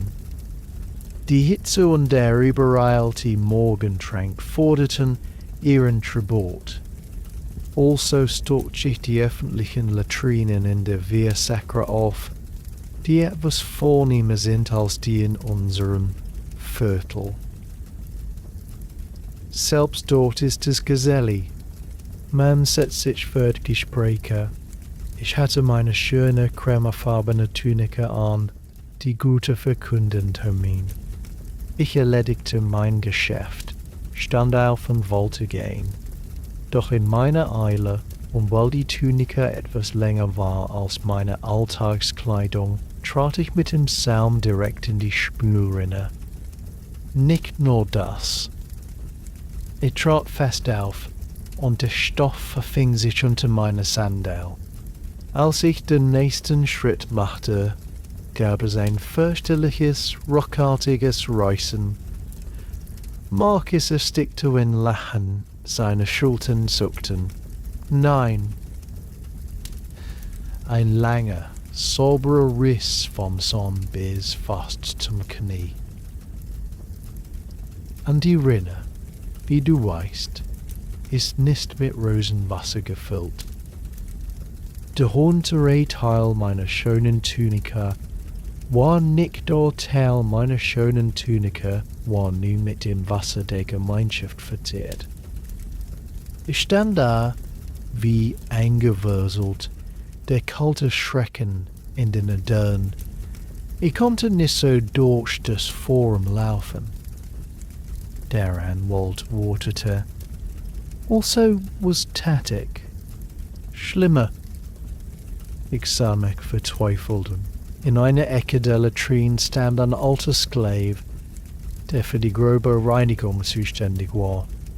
Er hatte einen Eimer mit sauberem Wasser und einen groben Lappen. Ich musterte ihn an meinen bemackelten Rock sahen. Ohne ein Wort zu sagen, ging ich auf ihn zu, zog meine Börse heraus und drückte ihm 2 Asses in die Hand. Dann zeigte ich auf den Riss. Der Alte, sein Gesicht eine Maske professioneller Gleichgültigkeit gegenüber menschlicher Peinlichkeit, nickte. Er tauchte seine Lappen in den Eimer, kniete sich hin den Schmutz ab. Dann, zu meinem absoluten Entsetzen, zog er aus einer Tasche seines schmutzigen Gewandes eine riesige, rostige Nadel und einen Faden, der so dick wie eine Bogensehne war. Und dort in der Ecke dieser heiligen Halle der Notdurft nähte er den paar groben, aber effektiven Stichen notdürftig zusammen. Es sah aus wie die Narbe eines Gladiatoren. Aber es hielt. Ich konnte gehen. Marcus lachte jetzt laut auf. Ein fröhliches Gebell, das einige der näheren Gäste aufschauen ließ. Und der Anwalt bemerkte nix. Oder er war zu höflich, es zu erwähnen, aber den ganzen Tag über roch ich eine leichte, unbestimmte. An jedis Mal, wenn ich mich bewegte, zog diese grobe Naht meine Haut und erinnerte mich daran, dass würde ein sehr dünnes Gewand ist, das leicht reißen kann. Lucius schüttelte den Kopf bei der Erinnerung. Ich habe diese Tunika nie wieder angezogen. Die Geschichte, so albern sie war, schien eine unsichtbare Tür in der Taverne geöffnet zu haben. Ihr Gelächter war wie ein Signal gewesen. Von einem Tisch in der Nähe des Kamins, in dem ein älterer, kockiger Mann mit kurzgeschorenem, weißem Haar und einem Narbenstrich über dem linken Unterarm allein gesessen und still seinen Wein getrunken hatte, kam ein tiefes, rauhes Geräusch. Es war ein Lachen, das nach rauem Tabak und staubigem linken Unterarm. Der Mann drehte seinen Hocker zu ihnen und nickte ihnen zu. Sein Gesicht war von Wind und Wetter gegerbt, die Augen blassblau und wach. Eine gute Geschichte, sagte der Alte. Seine Stimme war das Kratzen von Stiefeln auf Kies. Die Kleidung ist immer der erste Verräter. Bei der Legion lernt man das schnell. Er hob seinen Becher in einer kleinen Geste des Grußes. Erlaubte, dass ein alter Milsitz zu eurem Feuer gesellt. Die Geschichten eines jungen Händlers und eines klugen Schreibers sind gut. Aber vielleicht habe ich ein oder zwei von weiter her. Ein Veteran ist immer willkommen. Wir hören zu. Der Alte nahm seinen Becher und seinen halbleeren Teller mit Brot und setzte sich mit der mühelosen, wirtschaftlichen Bewegung eines Mannes, der gelernt hat, seine Energie zu sparen, auf einen freien Hocker an ihrem Tisch. Ich heiße Spurius. 25 Jahre bei der Legio III Augusta, größten Teils in Afrika. Jetzt lebe ich von meinem Stück Land an einer kleinen Rente, die kaum für diesen Wein hier reicht. Sein Lächeln war schief und nicht bitter. Er sprach von Tavernen in Pompeji und von Latrinen in Rom, fuhr Spurius fort und nahm einen Schluck. Ich erzähle euch von den Tavernen des Feldlagers. Wir nannten sie nicht so. Es waren dies alte der Sutores, der Schuster oder der Lixei, der Marketender. Nach einem langen Marsch mit staubtrockenem Mund und Beinen Blei war das der Ort, an dem man hinkam. Kein Marmor, kein Mosaik. Nur ein Stück Leinen über ein paar Stücke gespannt und darunter ein Fass mit dem sausten, wässrigsten Wein, den die Provinz hervorbringen konnte. Posca nannten sie es Essigwasser, aber den Göttern sei Dank, nachdem man den Wüstensand ausgespart hatte. Seine Augen schienen in die Ferne zu blicken, in der Landschaft aus Teltrein und Staubigen. Wegen.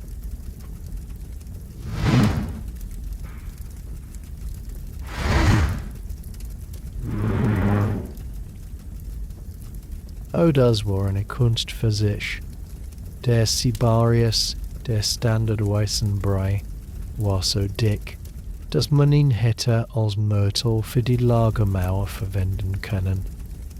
Aber die wirkliche Abwechslung kam von den Marketenden, gebratenes Kleinvieh, so sehr, dass man es eine Stunde kauen musste. Käse, der so hart und salzig war, dass einen ganzen Tag lang den Durst weckte. Und dann in Afrika gab es diese Dinge, kleine, in Öl eingelegte Fische, die sie aus Mauretanien brachten.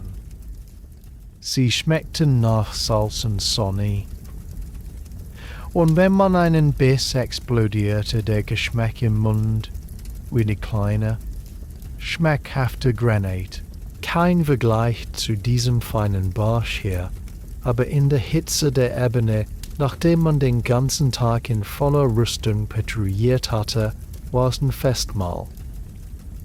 Er machte eine Pause, sein Blick war nun wieder im Hier und Jetzt. Das Lustigste aber war das Brot, die offiziell Ration war, Basellatum. Dieses Zwieback-artige Hartbrot. Man konnte es kaum beißen. Also täten wir, was alle Legionäre tun. Wir zerkleinerten es in unsere Schüssel, übergossen es mit heißem Wasser oder, wenn wir Glück hatten, mit etwas Öl und ließen es aufweichen zu einer Art Brei. Es sah aus wie der Abzug eines Pferdes, aber es füllte den Magen. Und dann gab es da diesen einen Koch in unserer Kohorte, ein riesiger Galeer mit nur Au. Der behauptete, er kenne aus diesem Buchelatum und ein paar wilden Kräutern einen Eintopf machen, der nach der Heimat schmecke. Er nannte es Gebirgsstau.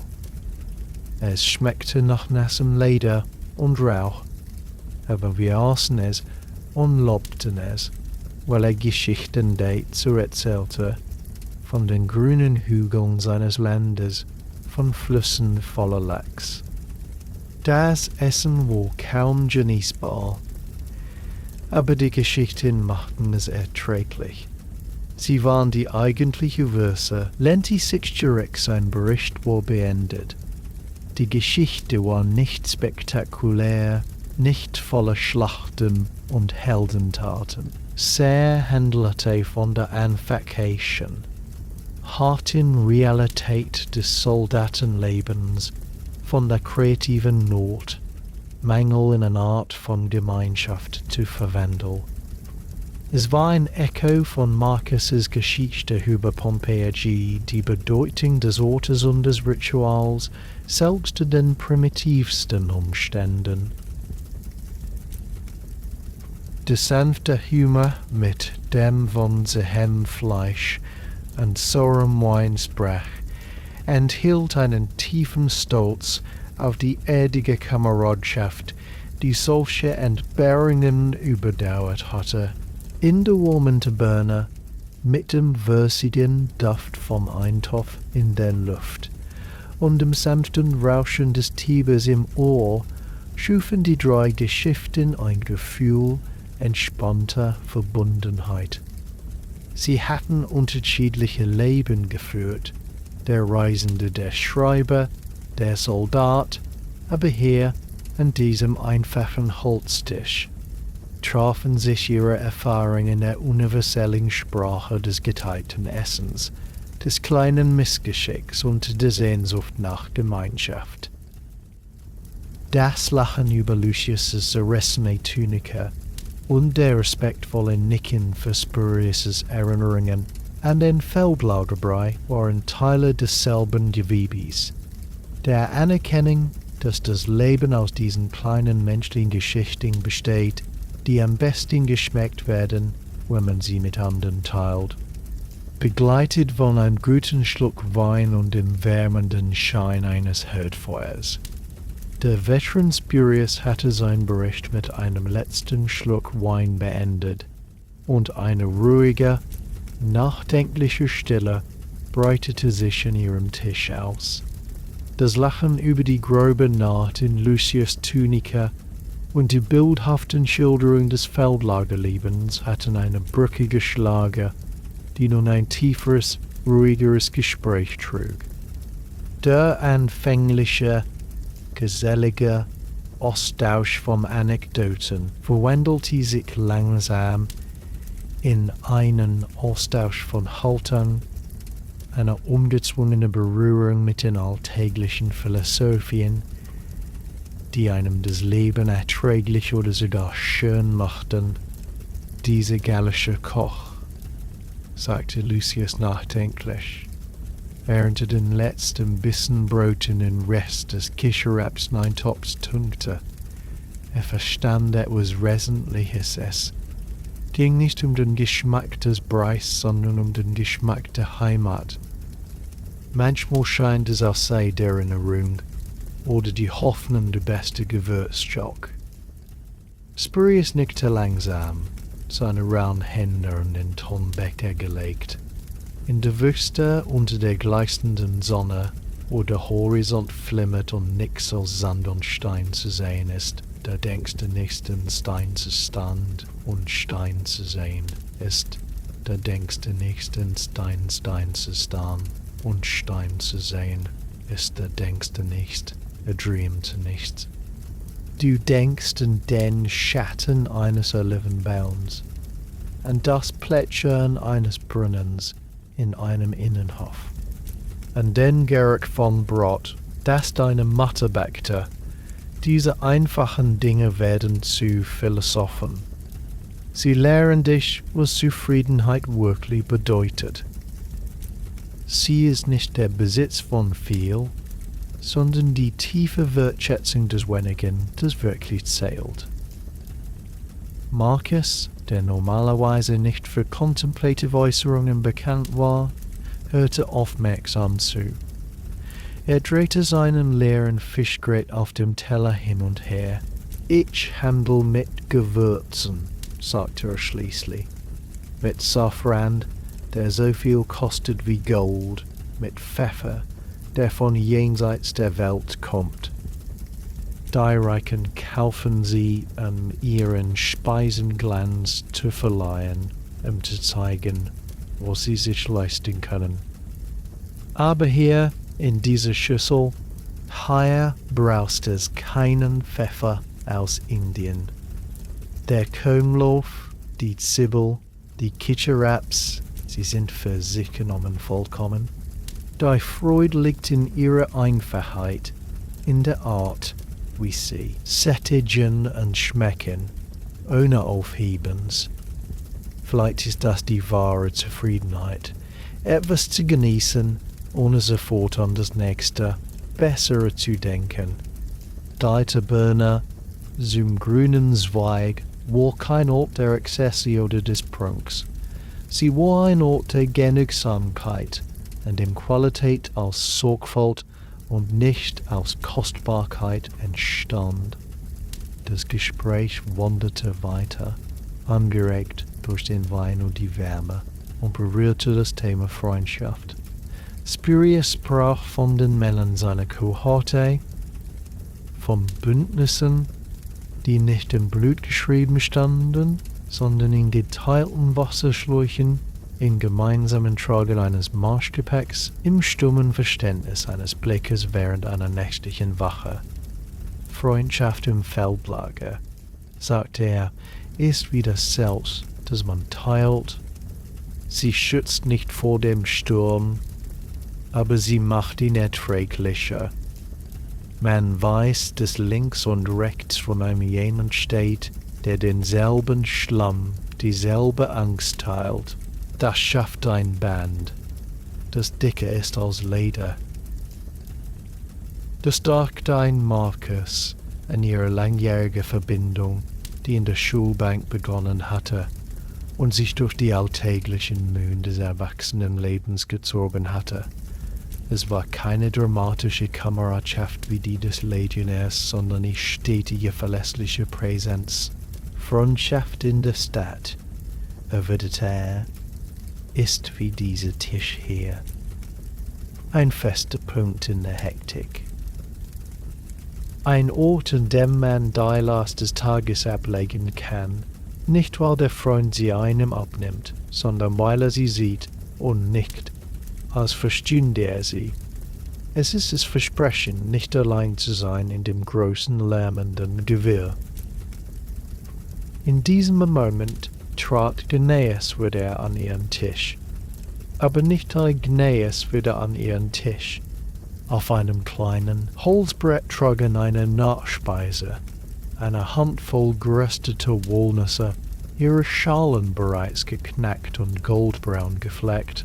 Daneben eine Schale mit getrockneten Aprikosen, die wie kleine, runzlige Sonnen schimmerten.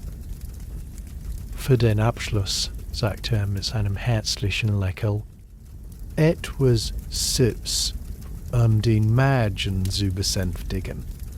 Die Nüsse sind von den Hügeln hier, die Aprikosen aus Armenien. Ein Geschenk eines Händlers, der mir einen Gefallen schuldete. Es war eine weitere Geste der Großzügigkeit, die über das vereinbarte Geschäft hinausging, ein Zeichen, dass sie als Gäste geschätzt wurden, nicht nur als zahlende Kunden.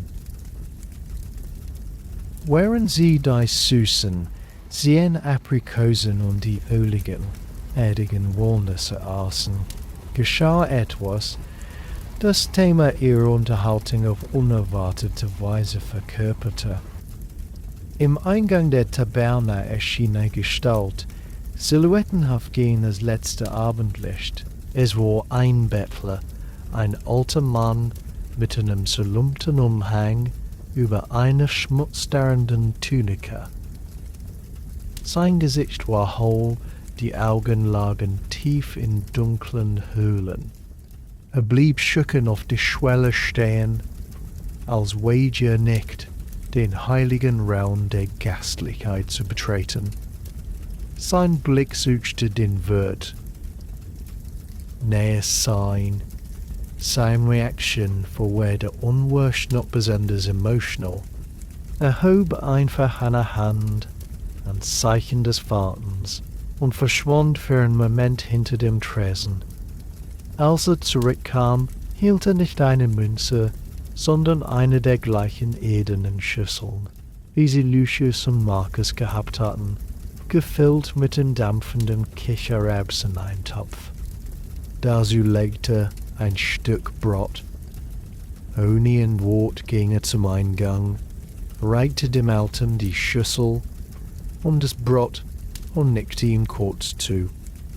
Der Bettler nahm die Gabe mit beiden Händen entgegen.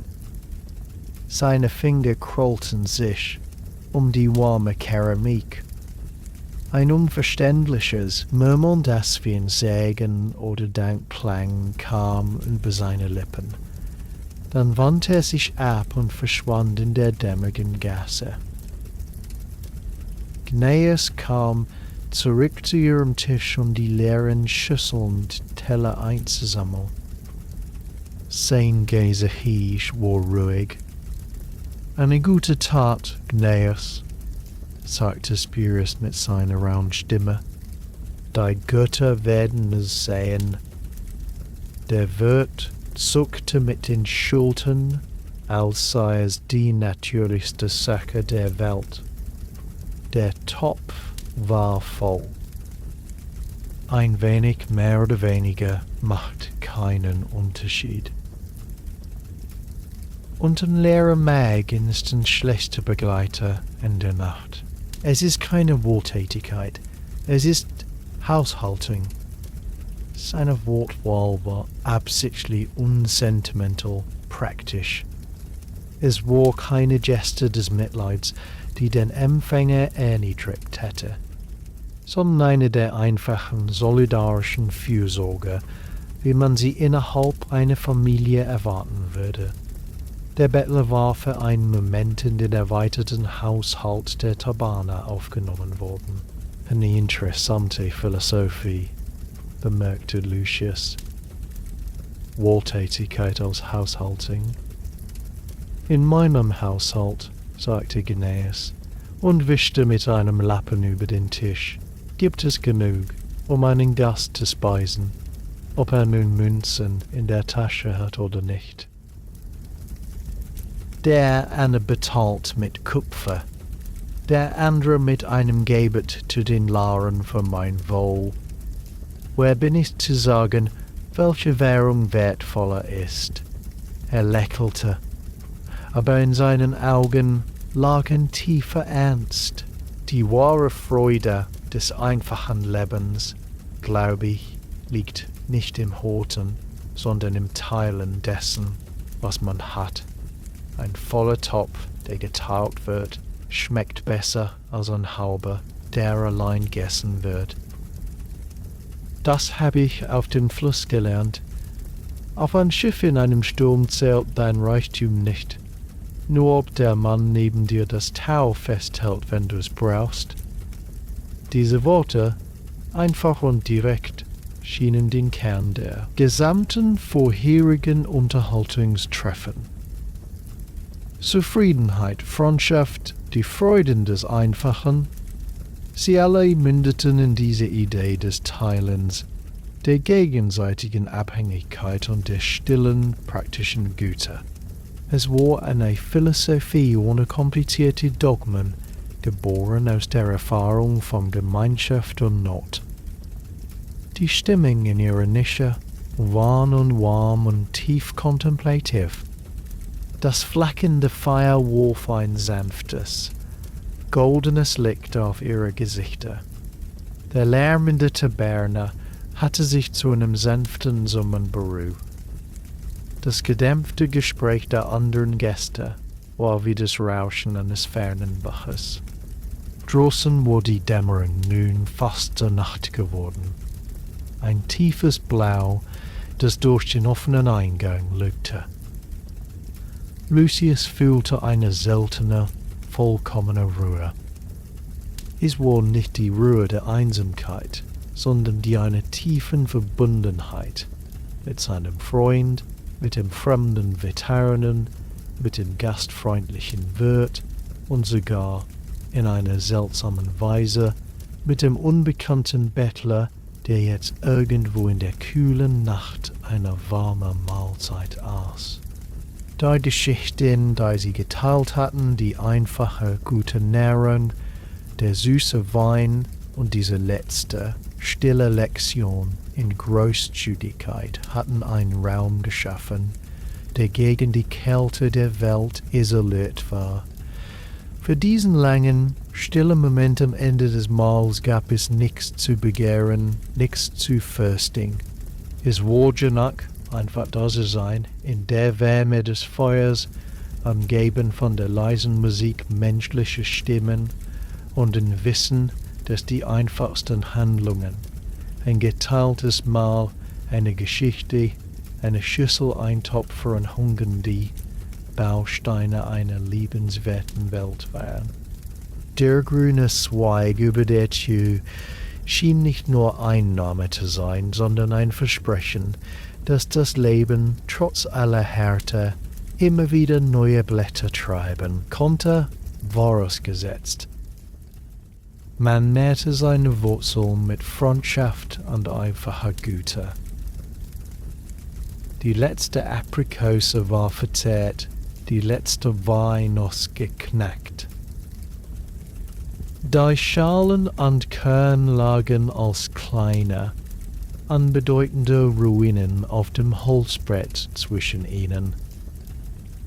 Der Mulsum war bis auf den letzten süßen Tropfen getrunken, der in dem bauchigen, krügen zurückgebliebene Bodensatz zeugte von der Genügsamkeit des Abends. Ein tiefes, zufriedenes Schweigen hatte sich über ihren Tisch gelegt. Ein Schweigen, das nicht leer, sondern erfüllt war von den Nachklängen der Geschichten und der Wärme der Gemeinschaft. Draußen hatte das letzte grelle Licht des Tages dem sanften, lavendelfarbenen Schimmer der Abenddämmerung Platz gemacht. Lucius spürte, dass der Zeitpunkt des Aufbruchs gekommen war. Die Stunde war fortgeschritten, und die vertrauten Pflichten des morgigen Tages warteten bereits wie schlafende Hunde vor der Tür seiner Gedanken. Mit einem fast bedauernden Seufzer griff er in den Sacculus, den kleinen Lederbeutel an seinem Gürtel. Das Geräusch der Münzen, ein leises metallisches Rascheln, war das erste Zeichen des Abschieds. Er zählte sorgfältig in seine Handfläche 10 Asses, die Weinbarte Summe. Zähl selve Salva, die Weinbarte Summe bär entglatt und von der Körperwärme. Er legte die Münzen auf den Tisch, wo sie im flackenden Lampenlicht matt glänzten. Marcus tat's ihm gleich. Sein Beutel gab ein ähnliches, geldiges Flüstern von sich. Zusammen lagen 20 Asses auf dem abgenutzten Holz, ein bescheidenes Vermögen für einen Abend, doch jeder einzelne schien gerechtfertigt durch die Fülle der Erfahrung. Nähes, der mit wachem Auge die Bedürfnisse seiner Gäste verfolgte, trat heran. Er sah die Münzen nicht, aber seine Hand zögerte einen Moment. Als wolle er die Transaktion hinauszögern, strich er sie mit einer einzigen, fließenden Bewegung vom Tisch. Und das leise Klimpern, als sie in der Ledertasche an seiner Hüfte verschwanden, war das offizielle Ende des Geschäftlichen. Es war eine Ehre, euch zu bewirten, sagte Genäs, und seine Stimme hatte den herzlichen, aber formellen Ton eines Mannes angenommen, der das Ritual des Abschieds respektierte. Der Eintopf ausreichend gewürzt, besser als gut. Genäs, erwiderte Marcus, und seine übliche Lebhaftigkeit war nun vom aufrichtigem Respekt gedämpft. Es war ein Festmahl, und der Now hat sein Versprechen gehalten. Kein Flusswasser, darin nur Honig und Sonne. Ein Gast, der zufrieden geht, ist die beste Bezahlung.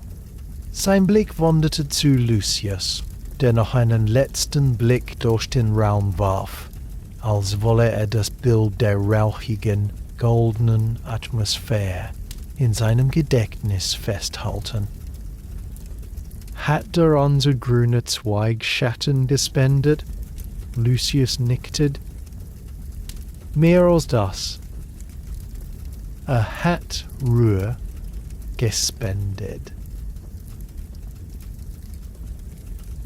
Taverne ist ein guter Ort, Gneis. Ein Ort, an dem man atmen kann. Dann müsst ihr wiederkommen. Der Fluss bringt jeden Tag neue Fische und der Kessel schmort immer. Prospektus was wohl mehr als eine höfliche Aufforderung. Es war eine Einladung in den fortwährenden Kreislauf der Gastfreundschaft. Wir versprechen es, sagte Marcus feierlich, und Lucius stimmte mit einem Nicken ein. Es war ein leichtes, aber ernst gemeintes Versprechen, ein Faden, der in die Zukunft gesponnen wurde und diesen Abschied weniger endgültig machte. Auch Spurius, der Veteran, erhob sich schwerfällig von seinem Hocker. Er streckte seine von Autorenarbeit verhärtete Hand aus und schüttelte erst Marcus dann Lucius' Hand mit einem festen, trockenen Griff. Mögen eure Straßen sicher und eure Krüge nie leer sein, brummte er. Dann wandte er sich ab und schritt mit der bedächtigen Würde eines alten Soldaten in die nun fast vollständige Dämmerung hinaus. Lucius und Marcus erhoben sich ebenso. Der Holzhocker scharrten leise über den mit Sand bestreuten Lehmboden. Ein letzter Blick auf die Nische, auf den leeren Tisch, der nun nur noch die Spuren ihrer Anwesenheit trug.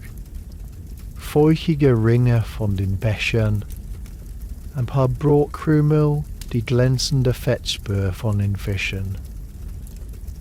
News begleitete er sie bis zur Schwelle, wo die warme, innere Luft auf die kühlere des Abends traf. Geht in Frieden, sagte er, standen in der offenen Bogenfüllung eine solide, dunkle Silhouette gegen das warme Licht des Innenraums und beobachtete, wie sie die wenigen Schritte zur Gasse hinuntertraf. Der Übergang war bemerkenswert. Die drückende Hitze des Tages war verflogen, von einer sanften, fast seidigen Kühle abgelöst, die angenehm auf der Haut lag. Der Himmel über den schmalen Schluchten der Dachfirste war nicht mehr das bleierne Blau des Nachmittags, sondern ein tiefes, durchscheinendes Violett, in das im westlichen Horizont noch Streifen von Aprikot und Rose gewiegt waren, wie die letzte Glut eines gewaltigen Feuers. Die Luft roch anders, weniger nach Staub und scharfem Schweiß, mehr nach gekühlter Erde, nach dem feuchten Atem des nahen Tibers und dem holzigen Rauch von 100 abendlichen Herdfeuern, die sich nun über der Stadt entzünden. Die Stadt selbst veränderte ihr Gesicht. Die hektische Geschäftigkeit der Tagesstunden war einer ruhigeren, zielgerichteteren Bewegung gewichen. Die letzten Händler räumten ihre Stände vor den verschlossenen Ladenfronten ab. Ihre Rufe waren nun müde, nicht werbend. Arbeiter, ihre Werkzeuge über der Schulter, schlürften in kleinen Gruppen nach Hause, ihre Stimmen ein gedämpftes, zufriedenes Gemurmel. In den offenen Türen der Inselei sah man Familien beim einfachen Abendbrot auf Bänken sitzen. Das gelbe Licht ihrer Öllampen malte warme Rechtecke auf das dunkle werdende Pflaster. Hier und dort wurde eine Fackel an einer Hauswand entzündet. Ihr unruhiger, rötlicher Schein warf tanzende Schatten und ließ die Gesichter der Vorbeigehenden kurz aufleuchten, bevor sie wieder in der Dämmerung verschwanden. Die Gesichter wirkten entspannt, von der Last des Tages befreit. Hier und da hörte man Lachen, aber es war ein weiches, saturiertes Lachen, nicht das schrille Gelächter der Mittagsschütze oder das aufgeregte Geschrei der Geschäfte. Paare schlenderten Arm in Arm, ohne Eile, Ein alter Mann saß auf seiner Türschwelle und spielte eine einfache Melodie auf einer Flöte. Die klaren, traurigen Töne schwebten wie Seifenblasen in der stillen Luft. Selbst die Hunde schienen friedlicher, schnüffelnd gelassen an Ecken, anstatt zu streuen oder zu kämpfen. Die Luft füllte sich in seiner Landereien an, befreit vom Staub der Tageshitze. Ein Gefühl der Zufriedenheit, schwer und Zufriedenheit. Es war keine aufgeregte Freude, sondern eine tiefe, stille Genugtuung. Der Tag war gut gewesen. Die Arbeit war erledigt, die Freundschaft gepflegt, der Körper mit gutem, einfachem Essen genährt, der Geist mit Geschichten und guter Gesellschaft bereichert. Die Sorgen um die Miete, die Monotonie des Skriptoriums, die kleinen Ärgernisse des Alltags, all das schien in dieser sanften Dämmerung anwistig in weiche Fern gereckt. Was zählte, war dieser Moment, das Gefühl, am richtigen Ort gewesen zu sein, zur richtigen Zeit, mit den richtigen Menschen. Sie schwiegen, während sie die ersten Schritte in Richtung der breiteren Straßen zurücklegten, die zu ihren duädigen Vierteln führten. Das Schweigen war nicht unbehaglich, sondern ein gemeinsames Genießen der abendlichen Stille. Die Lichter der Stadt begannen sich zu vermehren, nicht als helle, elektrische Punkte, sondern als warme, lebendige Flämmchen hinter Fenstern, in Laternen, in Händen von Sklaven. Die Ron verwandelte sich von einer Maschine des Handels und der Arbeit in ein großes, rohendes Tier, dessen 1000 Augen langsam aufglühten. Die Temperatur war perfekt, weder kalt noch heiß, sondern genau jene milde Ausgewogenheit, die den Körper entspannter und den Geist klar werden ließ. Es war der Atem der Stadt zwischen den Taten, ein Moment des Innehaltens, bevor die nächtliche Stille Einzug hielt. Lucius war sich bewusst, dass diese friedliche Dämmerung nur von kurzer Dauer sein würde, bald abgelöst von der aktiveren, manchmal lautereren Welt der Nacht mit ihren eigenen Vergnügungen und Gefahren. Doch gerade diese Vergänglichkeit machte sie kostbar. Es war ein Geschenk an Zwischenreich der Ruhe, und er fühlte sich zutiefst dankbar, es in solcher Gesellschaft durchschreiten zu dürfen.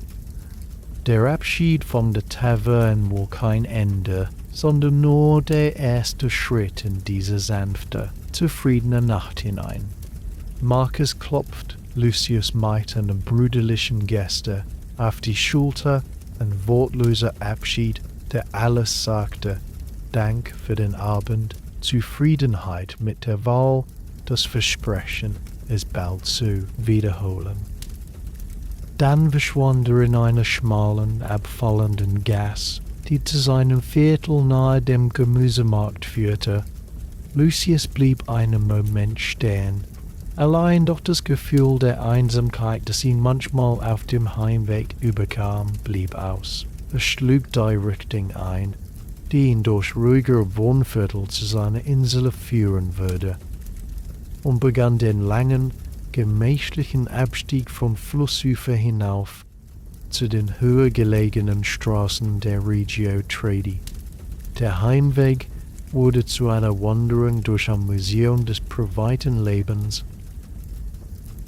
Die Fassaden der Häuser, die tagsüber verschlossen und abweisend wirkten, gaben nun ihre Geheimnisse preis. Viele der größeren Domes, die sich hier zwischen die Mietskasernen schmiegten, hatten ihre hölzernen Haustüren oder Vorhänge zum Atri hin geöffnet, um die kühle Abendluft einzulassen.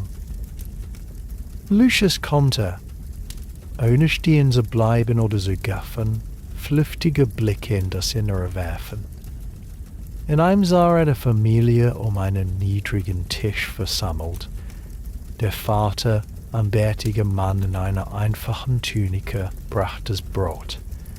Die Mutter, ihr Haar von einem Tuchene, brachte das Brot.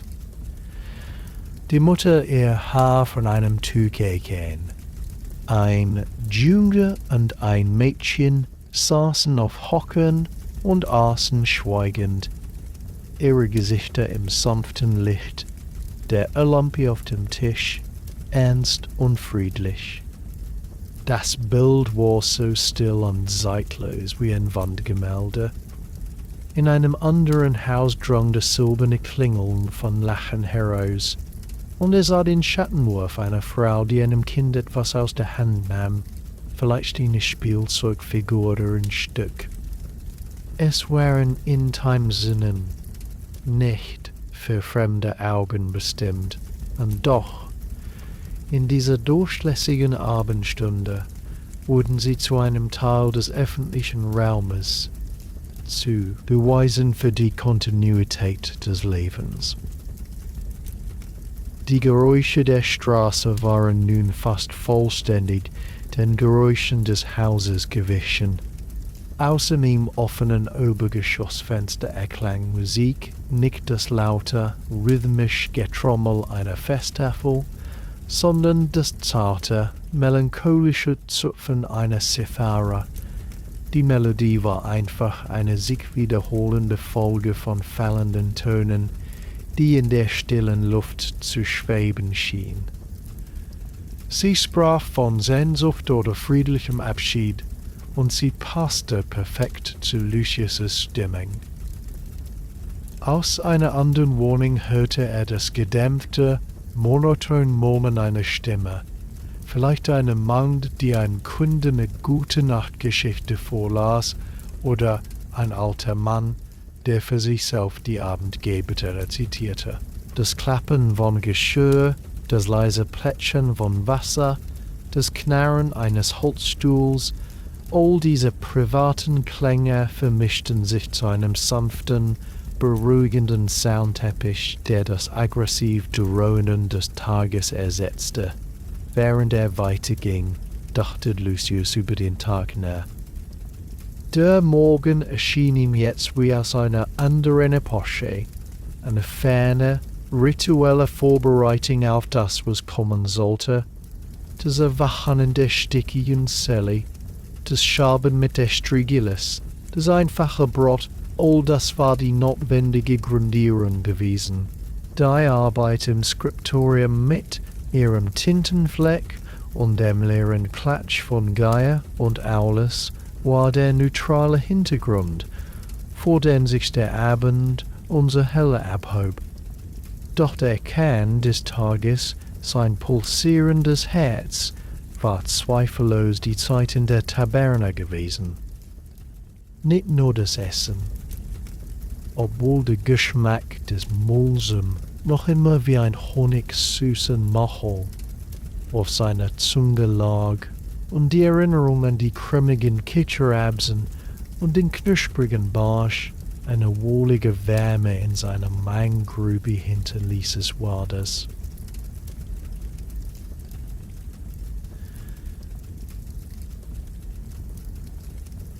Zusammenspiel aller Dinge.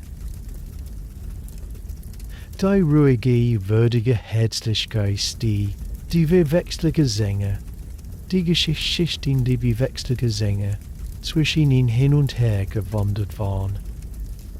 Marcus' Pompeji seine eigene Lektion in Großzügsmach, als Genäus dem Bettler die Schüssel reichte.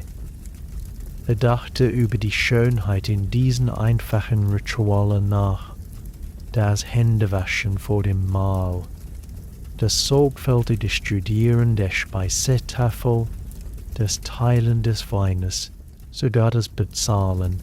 Es waren keine leeren Formalitäten, sondern Schritte in einem Tanz der Gemeinschaft.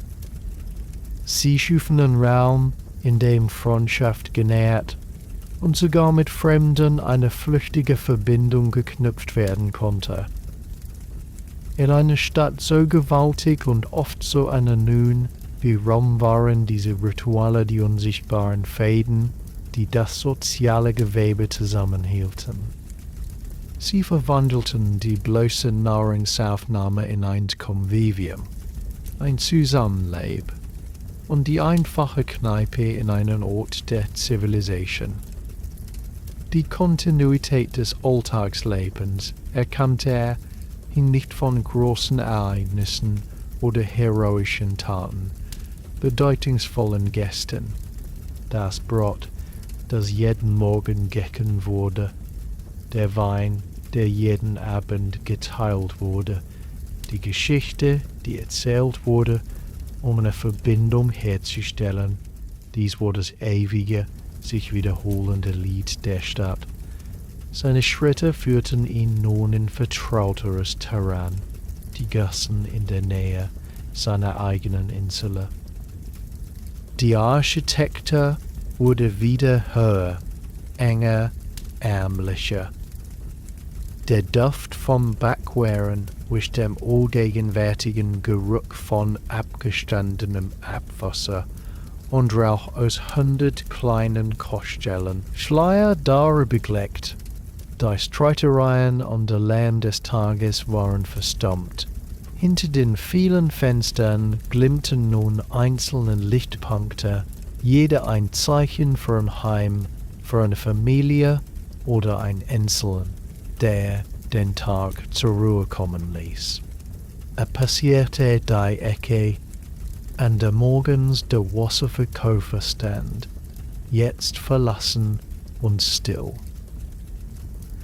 Er ging an der Verloniker vorbei, deren beißende Dünste nun von der kühleren Nachtluft gedämpft wurden und nur noch als schwacher ammoniakanischer Hauch in der Luft hinbei. Schließlich erreichte er das hohe, schmutzige Gebäude, das seine Wohnung beherbergte. Von außen wirkte es trostlos, ein Klotz aus Tiegel und Mörtel, die Fassade von den Abgasen unzähliger Herdfeuer geschwärzt.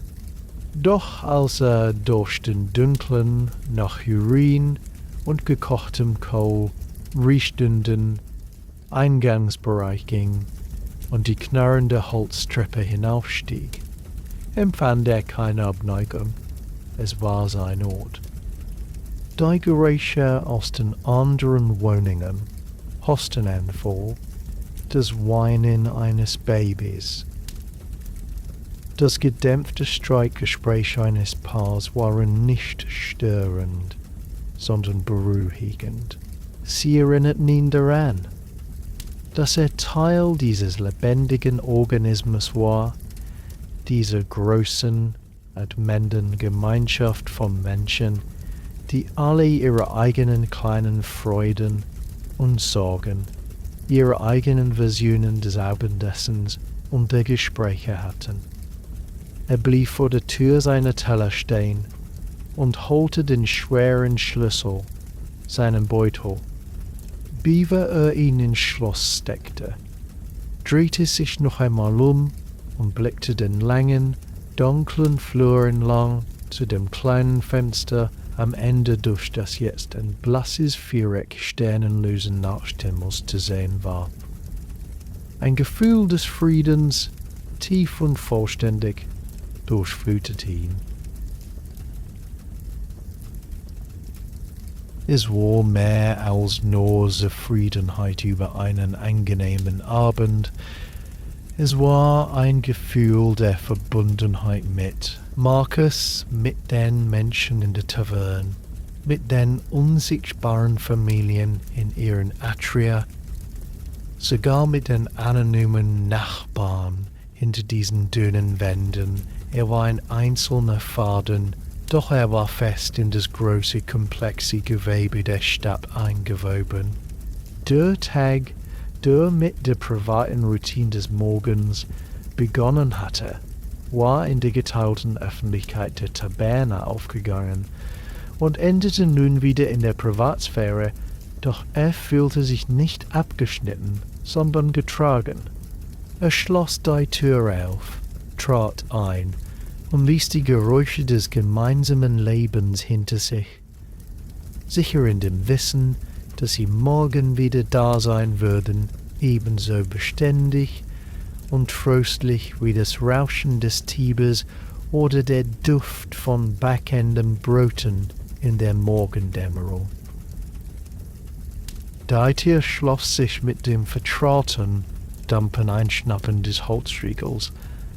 Die Welt draußen, mit ihren letzten abendlichen Geräuschen und der kühlen Luft, war nun abgeschnitten. Lucius stand einen Moment in der völligen Dunkelheit seiner Zelle, ließ die Stille auf sich wirken. Sie war anders als die Stille des Skriptoriums, nicht konzentriert, sondern erschöpft und friedlich. Mit jubelnden Bewegungen tastete er sich zum kleinen Tisch neben seinem Bett, fand den Feuerstahl und den Zünder. Ein paar Funken, ein sanftes Anblasen und die Flamme einer kleinen Öllampe erwachte, warf einen unsicheren, tanzenden Lichtkreis, der die bescheidenen Umrisse des Raumes aus der Schwärze holte, das Bett, die Truhe, der Hocker, die Amphor in der Ecke, die Vorbereitungen für die Nacht, waren ein umgekehrtes Spiegelbild des Morgens, ein langsames Ebliegen der Welt. Er löste den Ledergürtel, zog die wollene Tunika über den Kopf und legte sie sorgfältig über den Hocker, wo sie am nächsten Morgen bereit liegen würde. Die Luft auf seiner Haut fühlte sich kühl und befreiend und übergoss etwas Wasser aus der Tonamphore in die flache Schale, wusch sich Gesicht, Hände und Füße, spülte den Schweiß des Tages ab. Das Wasser war kühl, ein angenehmer Schock, der die letzte Müdigkeit wusch. Mit einem groben Leintuch trocknete er sich ab, dann schlüpfte er in seine leichte Schlaftunika. Aus Leinen, die sich weich und nachgiebig um seinen Körper legte. Er setzte sich auf die Bettkante. Die Matratze aus gestofftem Stroh knisterte leise unter seinem Gewicht. Die Lampe auf dem niedrigen Tischchen warf sein vergrößertes, flackendes Schattenbild an die karge Wand. In dieser Stille, in diesem Übergang zwischen Tag und Schlaf, kehrten die Bilder des Abends zurück. Sie kämen nicht als geordnete Erinnerung, sondern als Sinnesfragmente. Der goldene Schimmer des malsamen trüben Becher, der warme, würzige Duft des Kitscheraps-Eintopfs, der sich mit dem holzigen Rauch vermischte, das knusprige Geräusch der Fischhaut unter seinen Fingern, das tiefe, raue Lachen des vertarrten Sporius, das ernste, gute Gesicht des Wortes.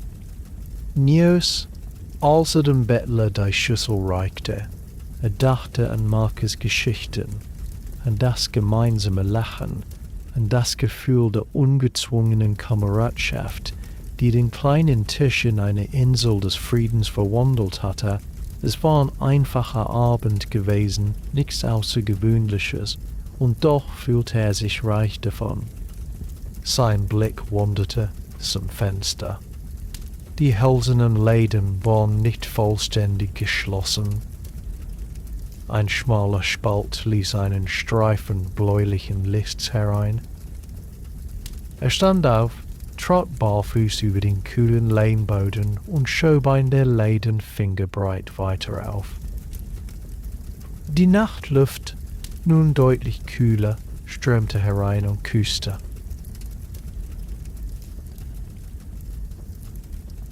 Fee, Beule, strömte herein und küsste, Feles safter. Nähte, draußen breitete sich Rahmen an dem mondbeschienenen Himmel aus der Mond war nicht voll, aber hell genug, den chaotischen Ozean der Dächer, Giebel und Schornsteine im Meer, aus Silber und tiefen Schwarz zu tauchen. Von seiner erhöhten Position in der dritten Etage konnte er über die unmittelbaren Nachbargebäude hinwegsehen. Die Konturen der Stadt waren weich gezeichnet, die scharfen Kanten der Tage von der Nacht verschleiert. Hier und dort glühte noch ein Lichtpunkt, ein spätes Feuer in einer Werkstatt, eine Lampe in einem Krankenzimmer, die Wache eines reichen Hauses. Doch der Großteil der Stadt lag in dunkler Ruhe, ein riesiges, schlafendes Tier. Die massiven Silhouetten der öffentlichen Gebäude, die Rundungen des fernen Theaters, die Säulen eines Tempels, hoben sich als dunklere Schiemen gegen des etwas heller Himmelszelt ab. Über allem thronte der Palatin, ein schwarzer Klotz, aus dem keine Lichter drangen. Die Mächtigen schliefen schon, bewacht von ihren Sklaven und ihren Sorgen. Lucius lauschte. Die nächtliche Stadt hatte ihre eigene, leise Stimme. Das laute, geschäftige Drohnen des Tages war einem gedämpften, vielstimmigen Summen gewichen. Aus der Ferne, vielleicht vom Teiberufer, drang das gelegentliche Bellen eines Hundes, einsam und hellend. Viel näher aus dem Innenhof unter ihm kam das leise Grün einer Taube, die in einer Nische ruhte.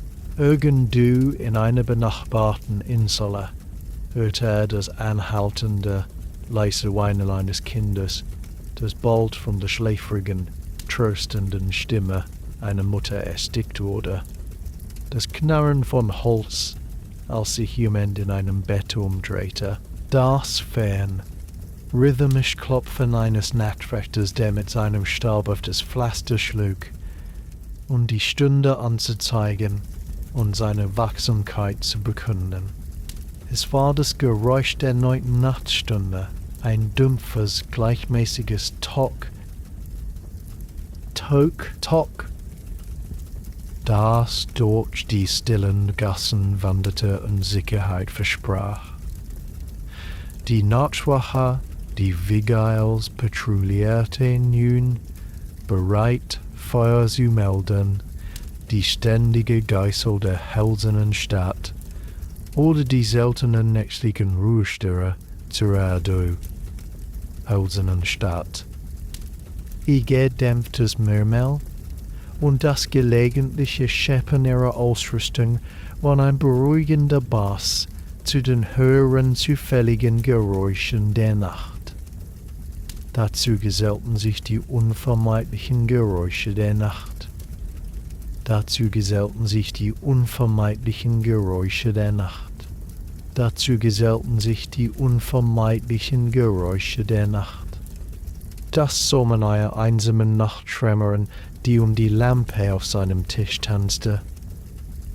Der fast unhörbare Windhaus, der durch die engen Schluchten der Straßen strich und an losen Ziegeln oder Fensterläden ein schwaches, klagendes Pfeifen erzeugte.